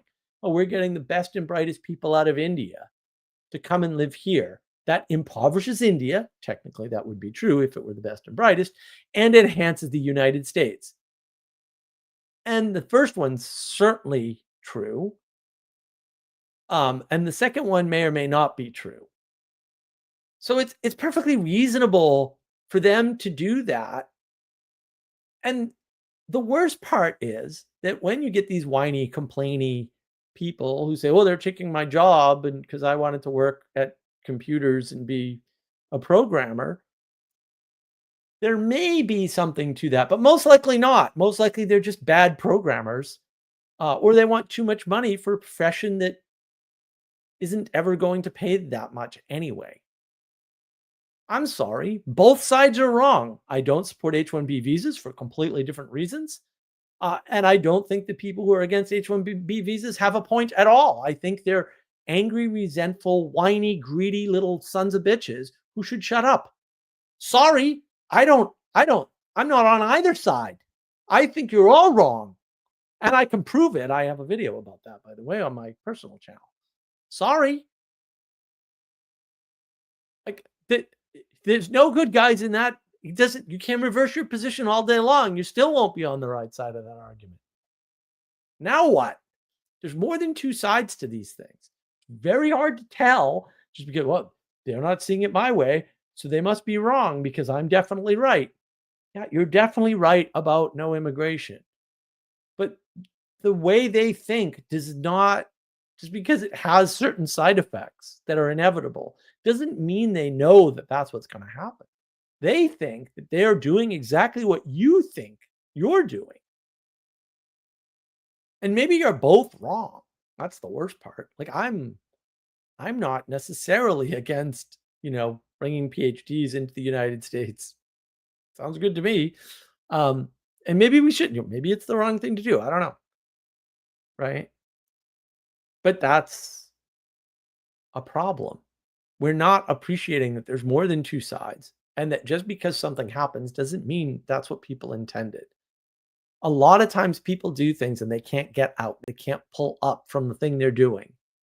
And they can never see that the thing they're doing is making the thing they hate worse. That happens to people all the time at all scales of reality, all the self-similar fractal layers of reality. That's happening constantly. Constantly. So why do you think it's not happening with the UK government? Of course it is. Those people are idiots. Listen to them talk. Like, really pay attention to the words they're using. Martin Bashir's not in jail and they haven't shut down the BBC. Why? Well, this is 100%. They have the emails from the BBC executives admitting that they knew about the fraud all along, conspiring to make sure Martin Bashir doesn't get interviewed. Oh, we need to come up with an excuse, Martin. What do you think? What excuse should we use? Oh, we'll just tell people that you're too delicate after your operation to talk about this incident. Prison, immediate. No trials, no juries. It's nonsense. Nobody ever used to do that. If you did something in public and a bunch of people saw you, you didn't have a jury trial. That didn't happen. No one's dumb enough to do that in the past. They would just haul you off to the stocks and put you there. Bye. You don't need a trial unless there's a mystery.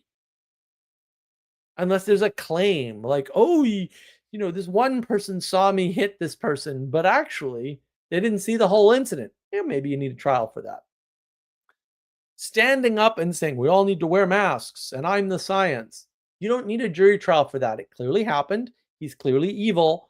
Throw him in prison and seize his assets. This isn't hard. Until you do that, you're headed for war. Period. End of statement. Not optional. There's nothing I can do to fix the way the world was ordered.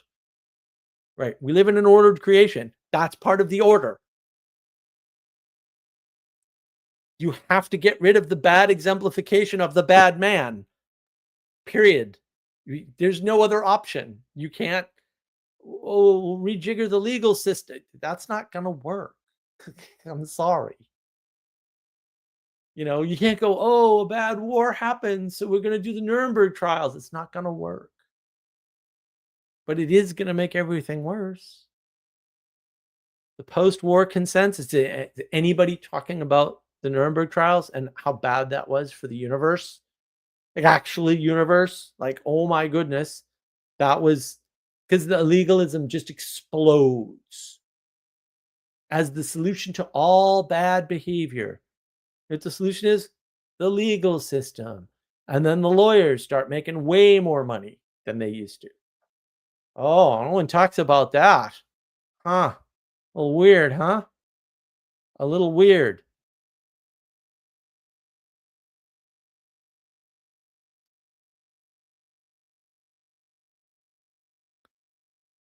Sally Joe, real capitalism has not been tried. Do you have any idea how much? Because I used to say that to people in the 90s when they did because I was hanging out with all the stupid, freaking dirty, smelly, druggy hippies. They'd be like, real capitalism has, they actually said real capitalism, communism hasn't been tried. I'd be like, yeah, real capitalism hasn't been tried. Dead silence. Dead silence. So funny. So funny. It was all I could do to keep from laughing at them because they're so retarded. Like people are so dumb. Sally Joe. Somehow reading causes foot cancer is more frightening than reading causes eye cancer. Well, maybe. Young God, who knew sitting was bad? Yeah, well.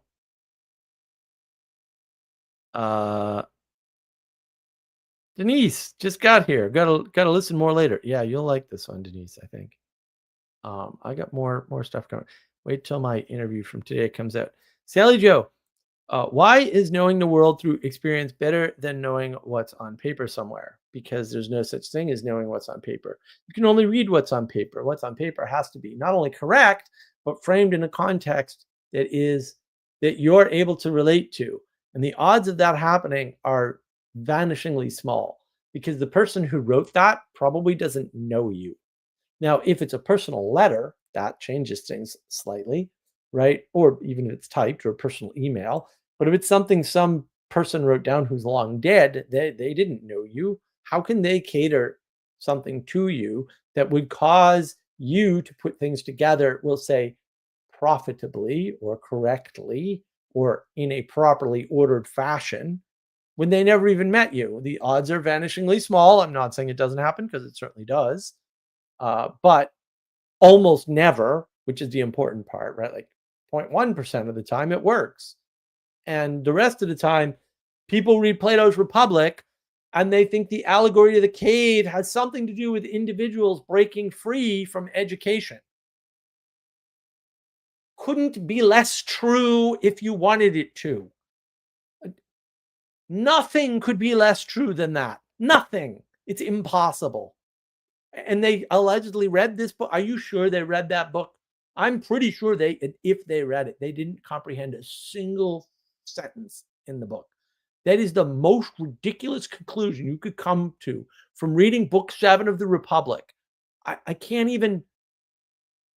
Why have language if people are going to do that? Like, why? Just give up on the whole project of communication at that point. It's so bad. See my video. It's bad. I go, all the goods there. All the references are in that video. Like, if that's what we're going to learn from that book, then there's no point in ever having a book of any kind with anything written in it. Seriously. It's that bad. It could not be further from Plato's point. Not possible. That's why. Because you can interpret the paper any way you want. The paper could say, immigrants have different values and will rape white women all day long if you let them, and hand it to Boris Johnson, and he's going to go, posh. Of course they wouldn't. That's racism to say that. Of course he's going to do that. He already did. For the people in the back. Sure, Sally. Why isn't the science position the most righteous? Because science has nothing to do with righteousness. Why is science, man, not king of the popes? I like that, science, man, king of the popes. Now you have to do a king of the popes image, Sally. I'm sorry, but that's right after we get our board game characters. I'm sure Castle will acquiesce to saying do the king of the popes next. Yeah, I mean, the problem is that the so-called knowledge that they claim exists and I claim is not knowledge, is not the highest value. And I know these people, like a lot of them, they're very upset that they're underpaid. And a lot of them are not underpaid, by the way. But they're not contributing anything to anybody, anywhere, ever. The claims that the scientists make are false. They claim science does all this. These people that tell me without Einstein we wouldn't have GPS. I honestly believe that in law we should encode that if you murder somebody like that, no, you get a medal. The level of stupidity required to believe something that dumb, I can't. I'm not sure I can live on the planet with people that dumb. That is so stupid. It is so wrong. It is so devoid of IQ or intelligence or firing synapses in the brain. It boggles my mind. I just completely so dumb. They were trying to put clocks on boats in like the 1700s because that solves the problem of knowing your longitude at sea. So they knew about the whole clocks thing and comparing clock times. They knew about that full well.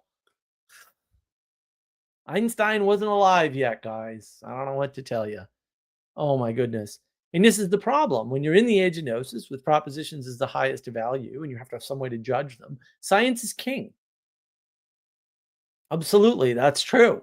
It's the battle of two books, though. It's the origin of species, which again they think is actually the origin of life, which it most certainly is not.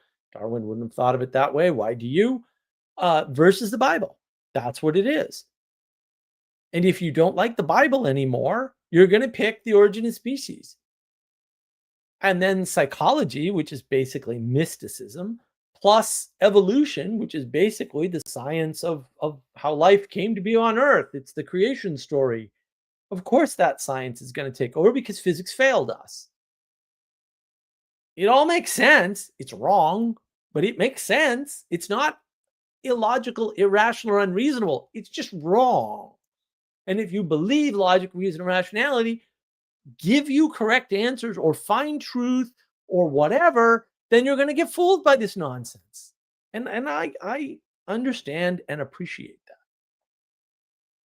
Also, you're being fooled by nonsense. Can science man build a thing? No, science man cannot build a thing. Science man cannot build anything. That's the problem.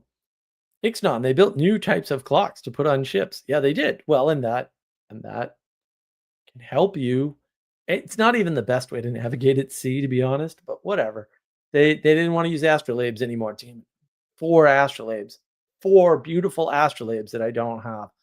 Every time I think about this, it's very hard. It's very hard. We should unabrogate justice. That would be great. Then we could avoid war. Science man can see thing, tiny thing, connected thing over time. Yeah, exactly, Sally. Science man. Oh my goodness. Yeah, I mean,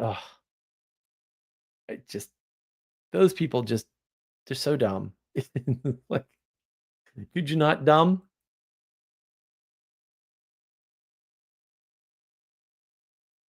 But to be fair, they can only dumb because the most fascinating thing to me was listening to The Meaning Code, Karen Wong's channel, and listening to I think it was the last final discussion between Wolfgang Smith and John Vervaeke.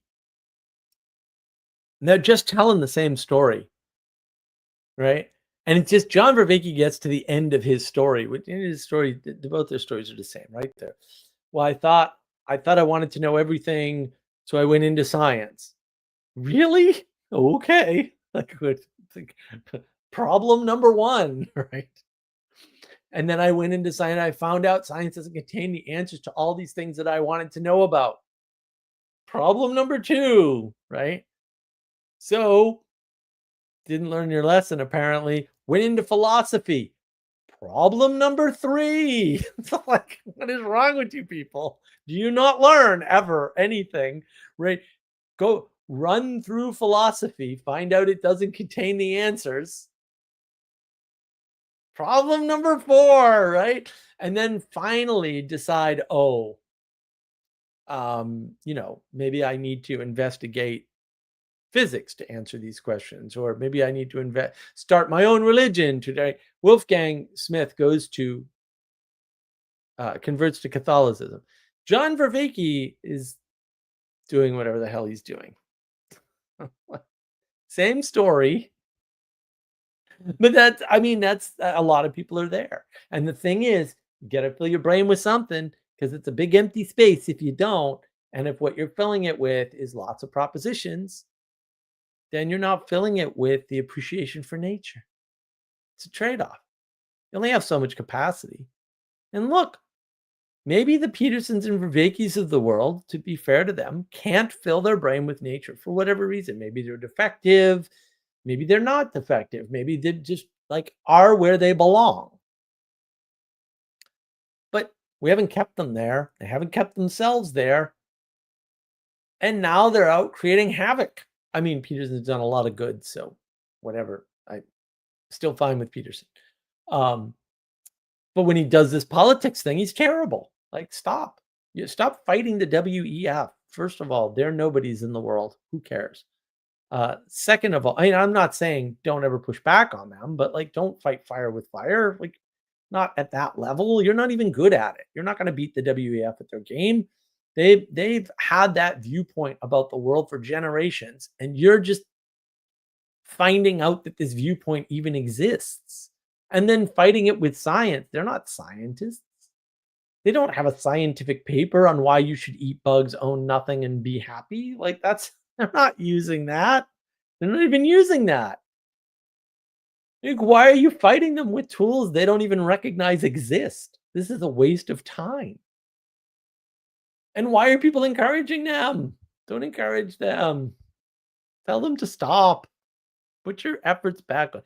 Write the 12 final rules for life instead of We Who Wrestle with God, which is a completely garbage book. Oh my goodness, I couldn't finish it.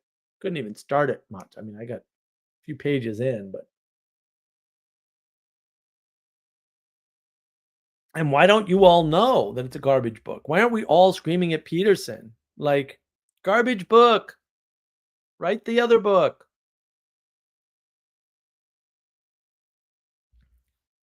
Why?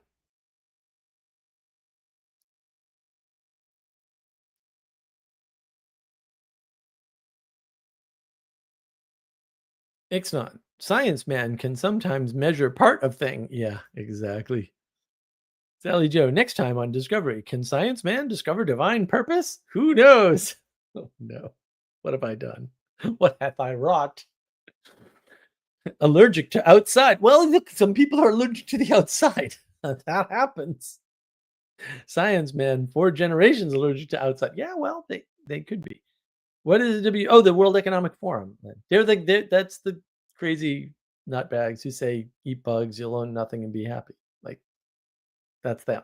Like, they're not the only ones saying that, but Sally Joe's solution is to put Science Man back. It's like, it is. We have to fix the academia. I have a whole video on that.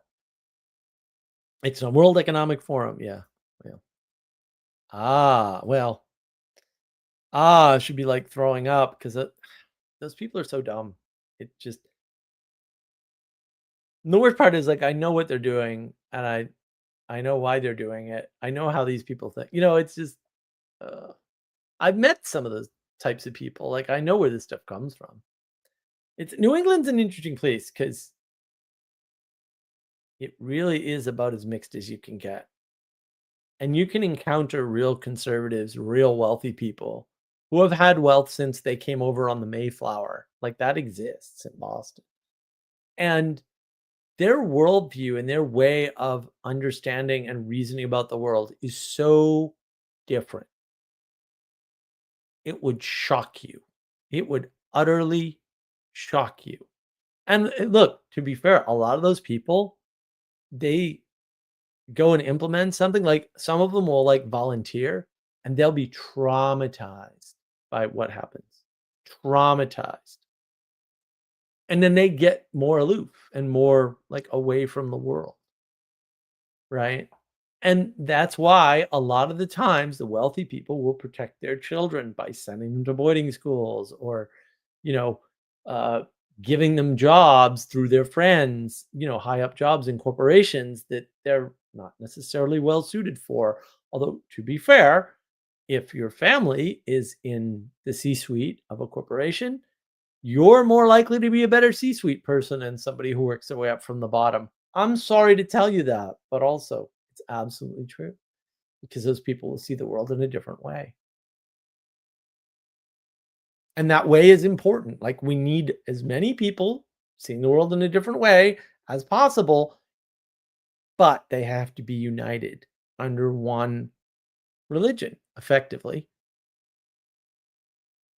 Otherwise, it doesn't work, because if my vision is competing with your vision on equal footing, all we're going to get is opposition and war. If I recognize that your vision is, we'll say, for groups of people, and my vision maybe is for me and my immediate family, that those two things are going to conflict, and I'm just going to have to deal with that because it's an imperfection in the system. Because we live in an imperfect world and we're imperfect people. So even if they're trying to do the right thing, right? Because, there are good politicians and a lot of them understand the principle. We have to make this change and it's going to hurt a lot of people. But, and sometimes they're actually right about this. In fact, most often they're right about this. The smallest number of least important people that we can affect is this number. They're not perfectionists. Conservatives, in particular, tend to be pragmatic. Pragmatists calculate casualties first. Leftists always start from how do we make the casualties zero? How do we make the bad impact zero? Okay, you're a moron. You need to not ever do anything because you're dangerous. That's not the question you ever ask. The question is, how do you affect either the least number of people, or better yet, the least number of important people? That's actually what you want to know. Because that's the world you live in, like it or not.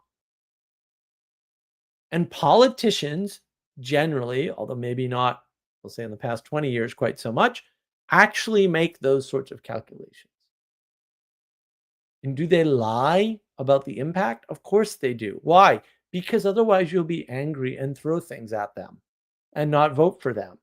And that would be worse for everybody. So it's better that they corrupt their souls with a lie and do the right thing than you feel good about knowing what they were going to do all along and being upset about it. I'm sorry, but that's actually the correct answer. As much as you may not want to be, quote, lied to by a politician, I don't care. You're not important. It's that simple.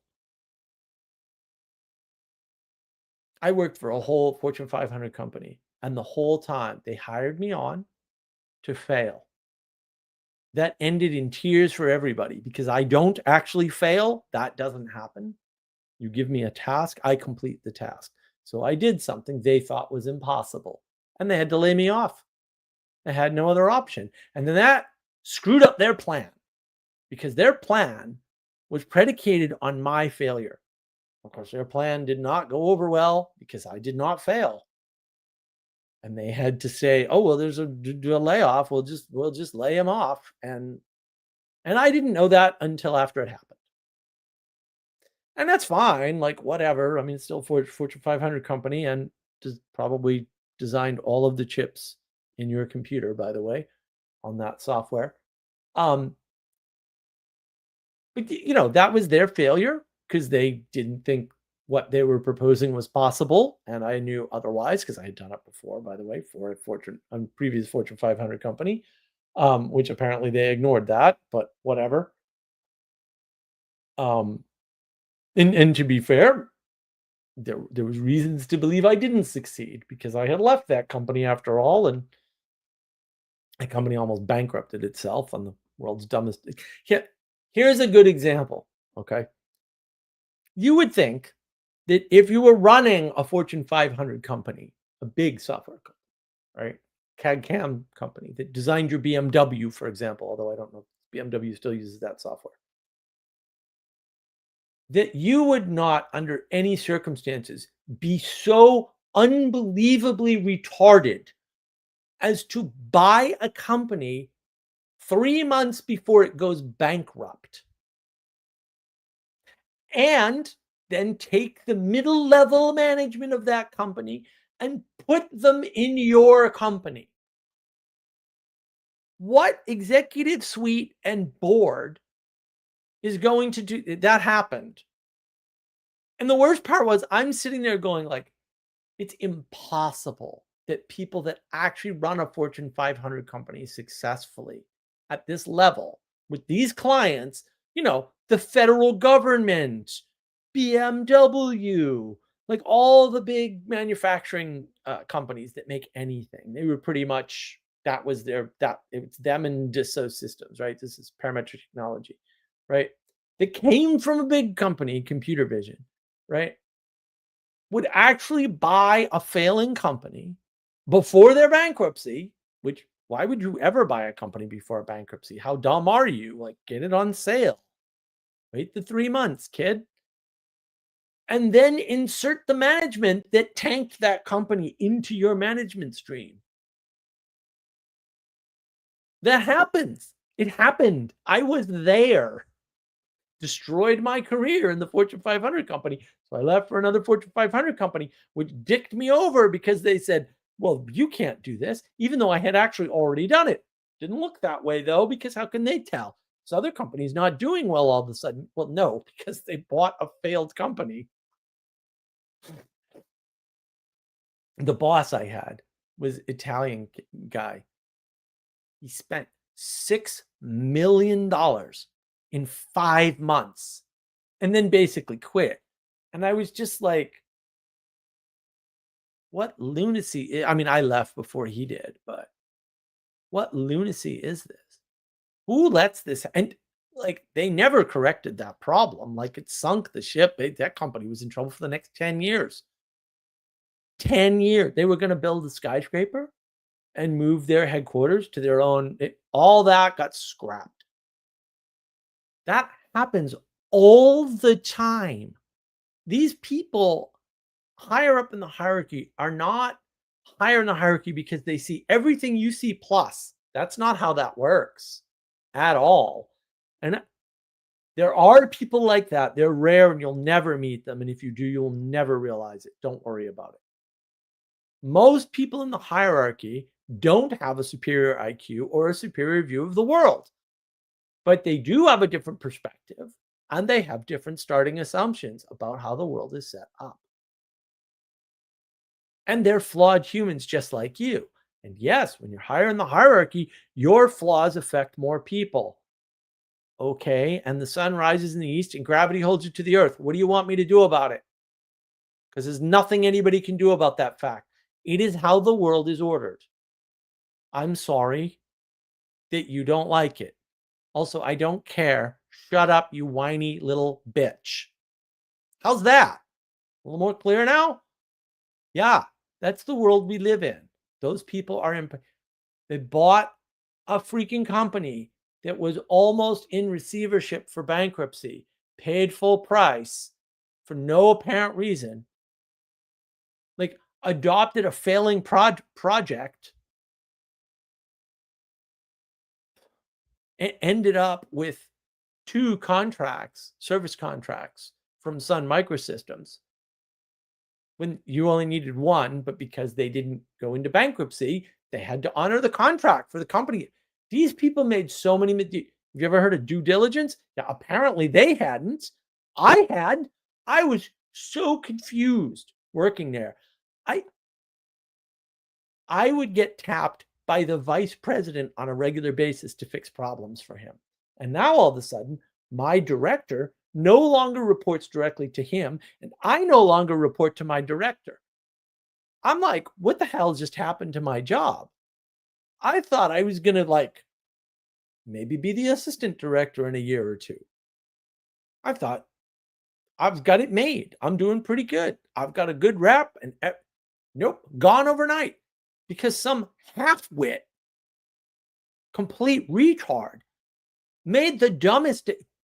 And you could say, why would they make such a decision? Actually, this is the hysterical part, because the company they bought, Computer Vision, was the company they came from originally.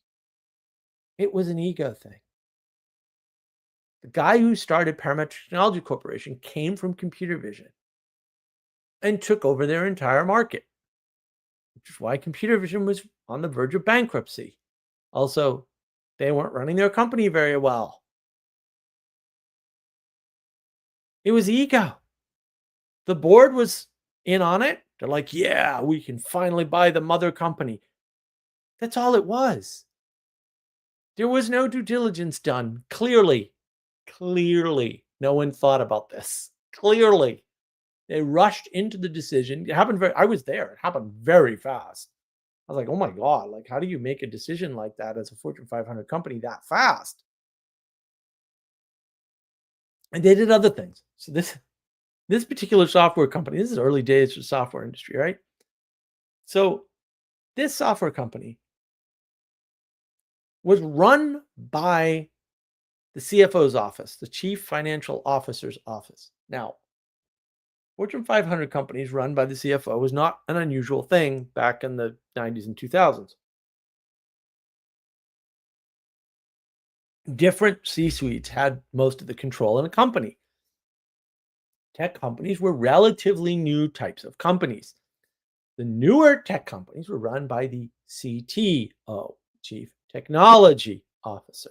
In other words, technology decisions, this was a software company, pure software technology play, were usually run by the CTO. This was an older company. It was set up to run by the CFO. Now, we got into an argument with basically this representative of the C-suite, because what happened was our vice president was like, we need a report on why we need a backup system for our software, considering that what we sold as an entire business was software and services on that software. That's what we sold. We were a software and services company. They thought we were a services company. And so we were run out of the CFO's office. The CFO decided, no, we don't need backup software to back up our source code. We just need to make sure that the maintenance contracts are safe. And we don't need to spend $500,000 or whatever the hell it was on backup software, on a bulletproof backup solution. It was a full solution with storage and all this other stuff, but it was pretty expensive. Also, they totally had that money. Right? The CFO kiboshed the whole thing. Right? And this is where you go, are you retarded? Well, of course he was, because he sees the world differently. Not because he's a stupid person, although that also could have been true. I never met the guy.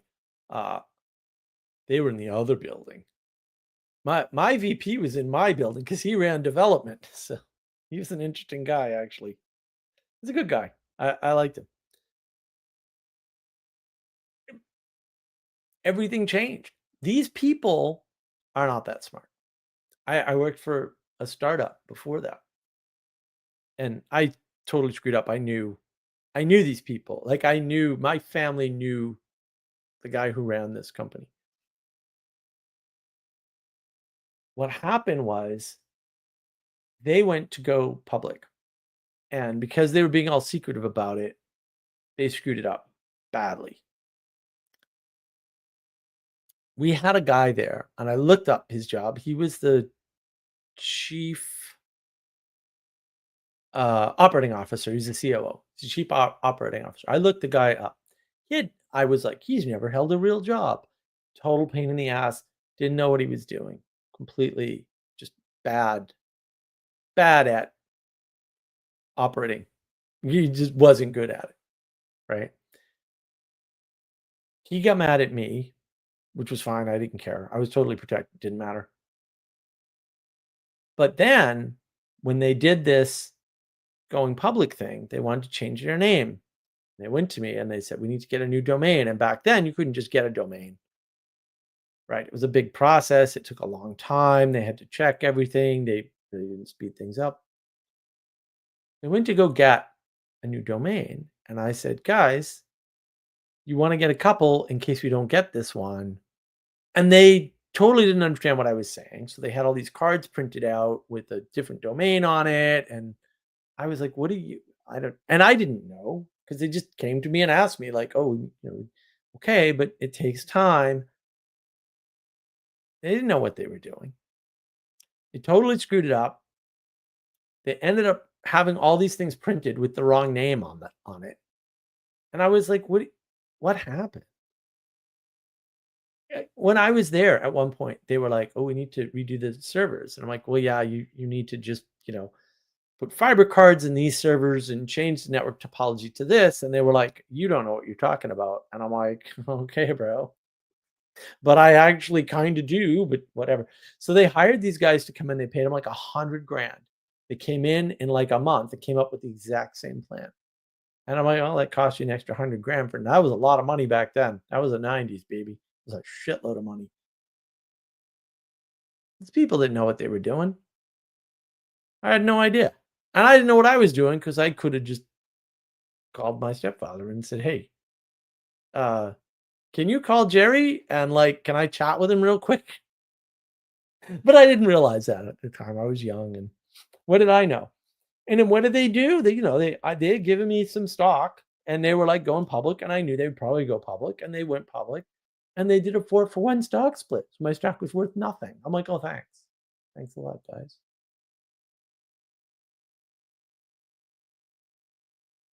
So I never, early on in my career, ever trusted the whole stock trick. I was like, nah, I'm not trusting that.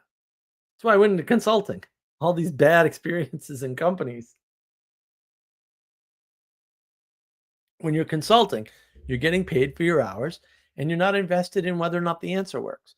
So you can make the suggestions, you can do the implementation, and if they screw it up, you still get paid and you get paid a lot more money and you can move on. And it's not a big deal. When you work for 6 months on a project and someone else F's it up, it's hard. It's hard, especially when you're not getting paid that well to begin with. Man, when I was working at PTC, I think I was making like 60K a year. I walked out of that job, I instantly was at 120,000 a year. That was back when that was more money, right? That was a lot more money. Holy crap. I made a lot of money. It's all gone now. All got stolen. But I made a lot of money. I bought a house. Bought a house when I was like 25. It was great. 24? I don't know. Something like that. 25. 90, yeah. Yeah.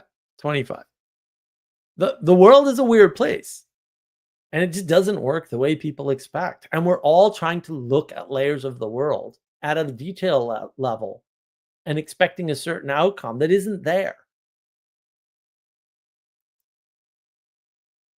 Because of the science. Science tells you how everything works, and it's all logical. But that's not how anything works. That's the scientific ideal. But science doesn't represent the outside world. Science represents a dissection of the world.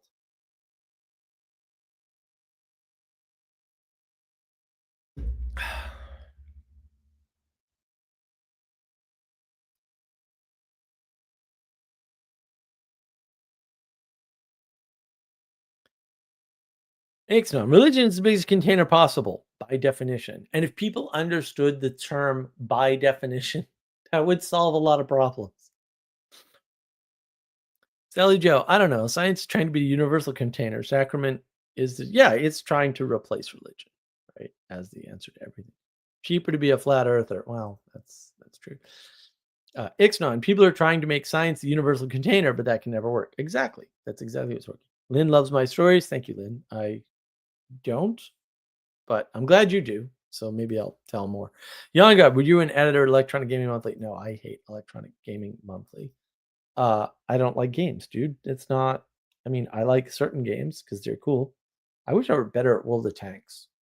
I put a lot of hours into World of Tanks, and they totally screwed me there too. Because I started on Xbox 360 World of Tanks. It was great, and you can't transfer your tanks to the other platform, so I had to restart all my awesome tanks, which I didn't. They don't offer the same tanks, right? When I got my PS4, and now I almost never play. Although I did play the other day. Maybe I'll fire up World of Tanks later. I keep thinking I'm going to resurrect Quake World. Of course, I've been challenged by people at Quake World, and I'm like, maybe I should just go and set up the server and then beat the piss out of them because they have no chance. You don't even know. Like there's no way. I don't care what equipment you have. There's no way I was really good at Quake World. Really good. Really, really good. I was excellent at it.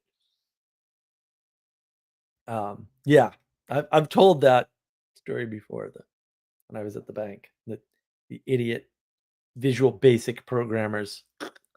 I know 8 programming languages. You guys are adequate Visual Basic programmers, but you're not gamers. And they played on my server, not realizing what was happening, and I completely annihilated them. We weren't playing Quake. We weren't playing Quake World. We were playing regular Quake because they didn't know Quake World. And I was like, bro, I'm like a champion Quake World player, and you want to play this original Quake stuff? That's fine. And I didn't. To be fair, I didn't know how well I'd do, but I popped in the Tool album because it auto plays. Quake would autoplay whatever album you had in there, and the songs correlate exactly to the level layer you're on, to the level you're doing. and it all came flooding back because you've got this musical component and this visual component, and I just wiped the floor with all of them. They never played with me again. They also never talked to me again. I was okay with that. Yeah. Ah, Quake World. I was so good at Quake World. I played 100% keyboard. 100%. I tried all the controllers, but keyboard for me, I got really good at it. But no, I don't believe in like supporting gaming type things like that. I didn't like I was really good at Quake World. I probably could have done competitive gaming with things like 244. I was a master at 244. Like I understood strategically that game so well. Um, I didn't like the later iterations, but most of that was just personal preference, not so I wouldn't play because I had my own servers and we had our own maps. We were geeks. We were doing the whole thing. And my servers were so I spent hours tuning those servers.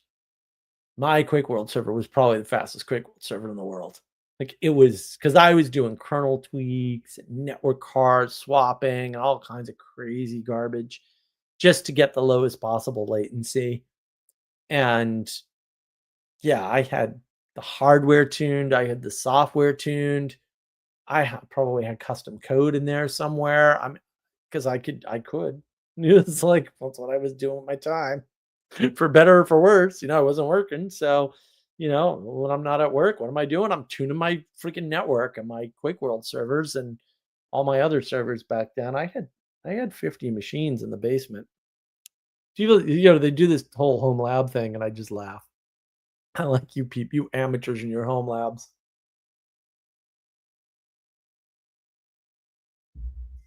Oh, look. Though, I'm proud of Sally because it took a long time. I'm proud of you, Sally. Video games are the living portal to hell, stealing the zeal of men from living life. Weep for the unborn masses because of the hours lost to their purgatory. I'm starting to regret teaching you how to speak. That's really good. Um, yeah, that's actually quite excellent. I probably couldn't do a better job myself. Also, I feel like I've given you too much power. But you're not wrong. So, young God, like, comment, and subscribe. Well, indeed, that would be better. Oh, it's subscribe. Yeah, you wrote it wrong. See, I read it correctly for you. Sometimes my error correction works better than others. Um, I don't know if anyone else has noticed this, but I'll just throw it out there. Autocorrect changed again, and they're using context-based autocorrect based on some combination of what they know about you and what general society does. So for a while, there was a time when they were autocorrecting like my stuff into dirty words, and I was like, "What?" Not necessarily like swear words or sexual words or anything, but like slang. And I was like, "But I don't use slang," and I certainly didn't use that slang ever. So I was like, "What?" And then they fixed that for a time. That was a few years ago. They fixed that for a time. But now all of a sudden I've been noticing everybody around me too, not just me. Had the autocorrect is just doing weird autocorrects, like very off the wall stuff. And one of the things it was doing to me was it wouldn't let me pluralize a word. And I'm like, no, this has an S on it. And it kept correct. I'm like, no. I want the plural form of this word. It fits in the sentence. Like, what are you doing? And I don't know what's going on. But it's science, right? Like we can science the world. I was like, no, just you know what? I make typing errors, not spelling errors. So the original spell check that's 200 lines long, by the way, is way better for me because it's pretty much flawless. Um, Spell checks they have now that use AI and context based whatever they're doing, they're terrible. They're awful for me because I don't have their context. They don't have mine because almost nobody speaks with the level of precision that I do. And so it's a mess. It's a total mess. But anyway, Anyway, what's this? Ixon, I prefer my bad typing and spelling to autocorrect. Me too. I wish I could just shut it all off. Maybe I can and I just haven't. I don't know. All right, guys. I'm wiped out because I did a recording earlier for somebody else's channel, which should be coming out as soon as I get my book link. But thank you for joining me. I hope you'll be back next week. Take care of yourself and each other, and the world needs you to be better. So be better because the world needs you. And join me next week. I don't know what the topic will be. I do have like a community page on the YouTube. If you want to contribute to like topics, you can do that. You can do that there. And tomorrow morning at 11:30, I think a.m. Eastern is the game meeting. And if you're interested in our board game and contributing, then you can join us there. And if you ask a lot of questions, I will boot you because we want to get work done. And most of the questions can be answered by all the documentation we've already done on this project. So read that first. Or just come and sit quietly. That's fine too. But yeah, we'll be doing that on the Discord server. Have a great week. And I'll see you next week. We're back on Fridays, until well, maybe we won't take a break for Christmas. We'll see how I feel. But yeah, if you've got a topic or whatever, put it in the community section of the YouTube's things, or put a comment on the video, whatever, and I'll consider it. And just be better. See you soon. Take care.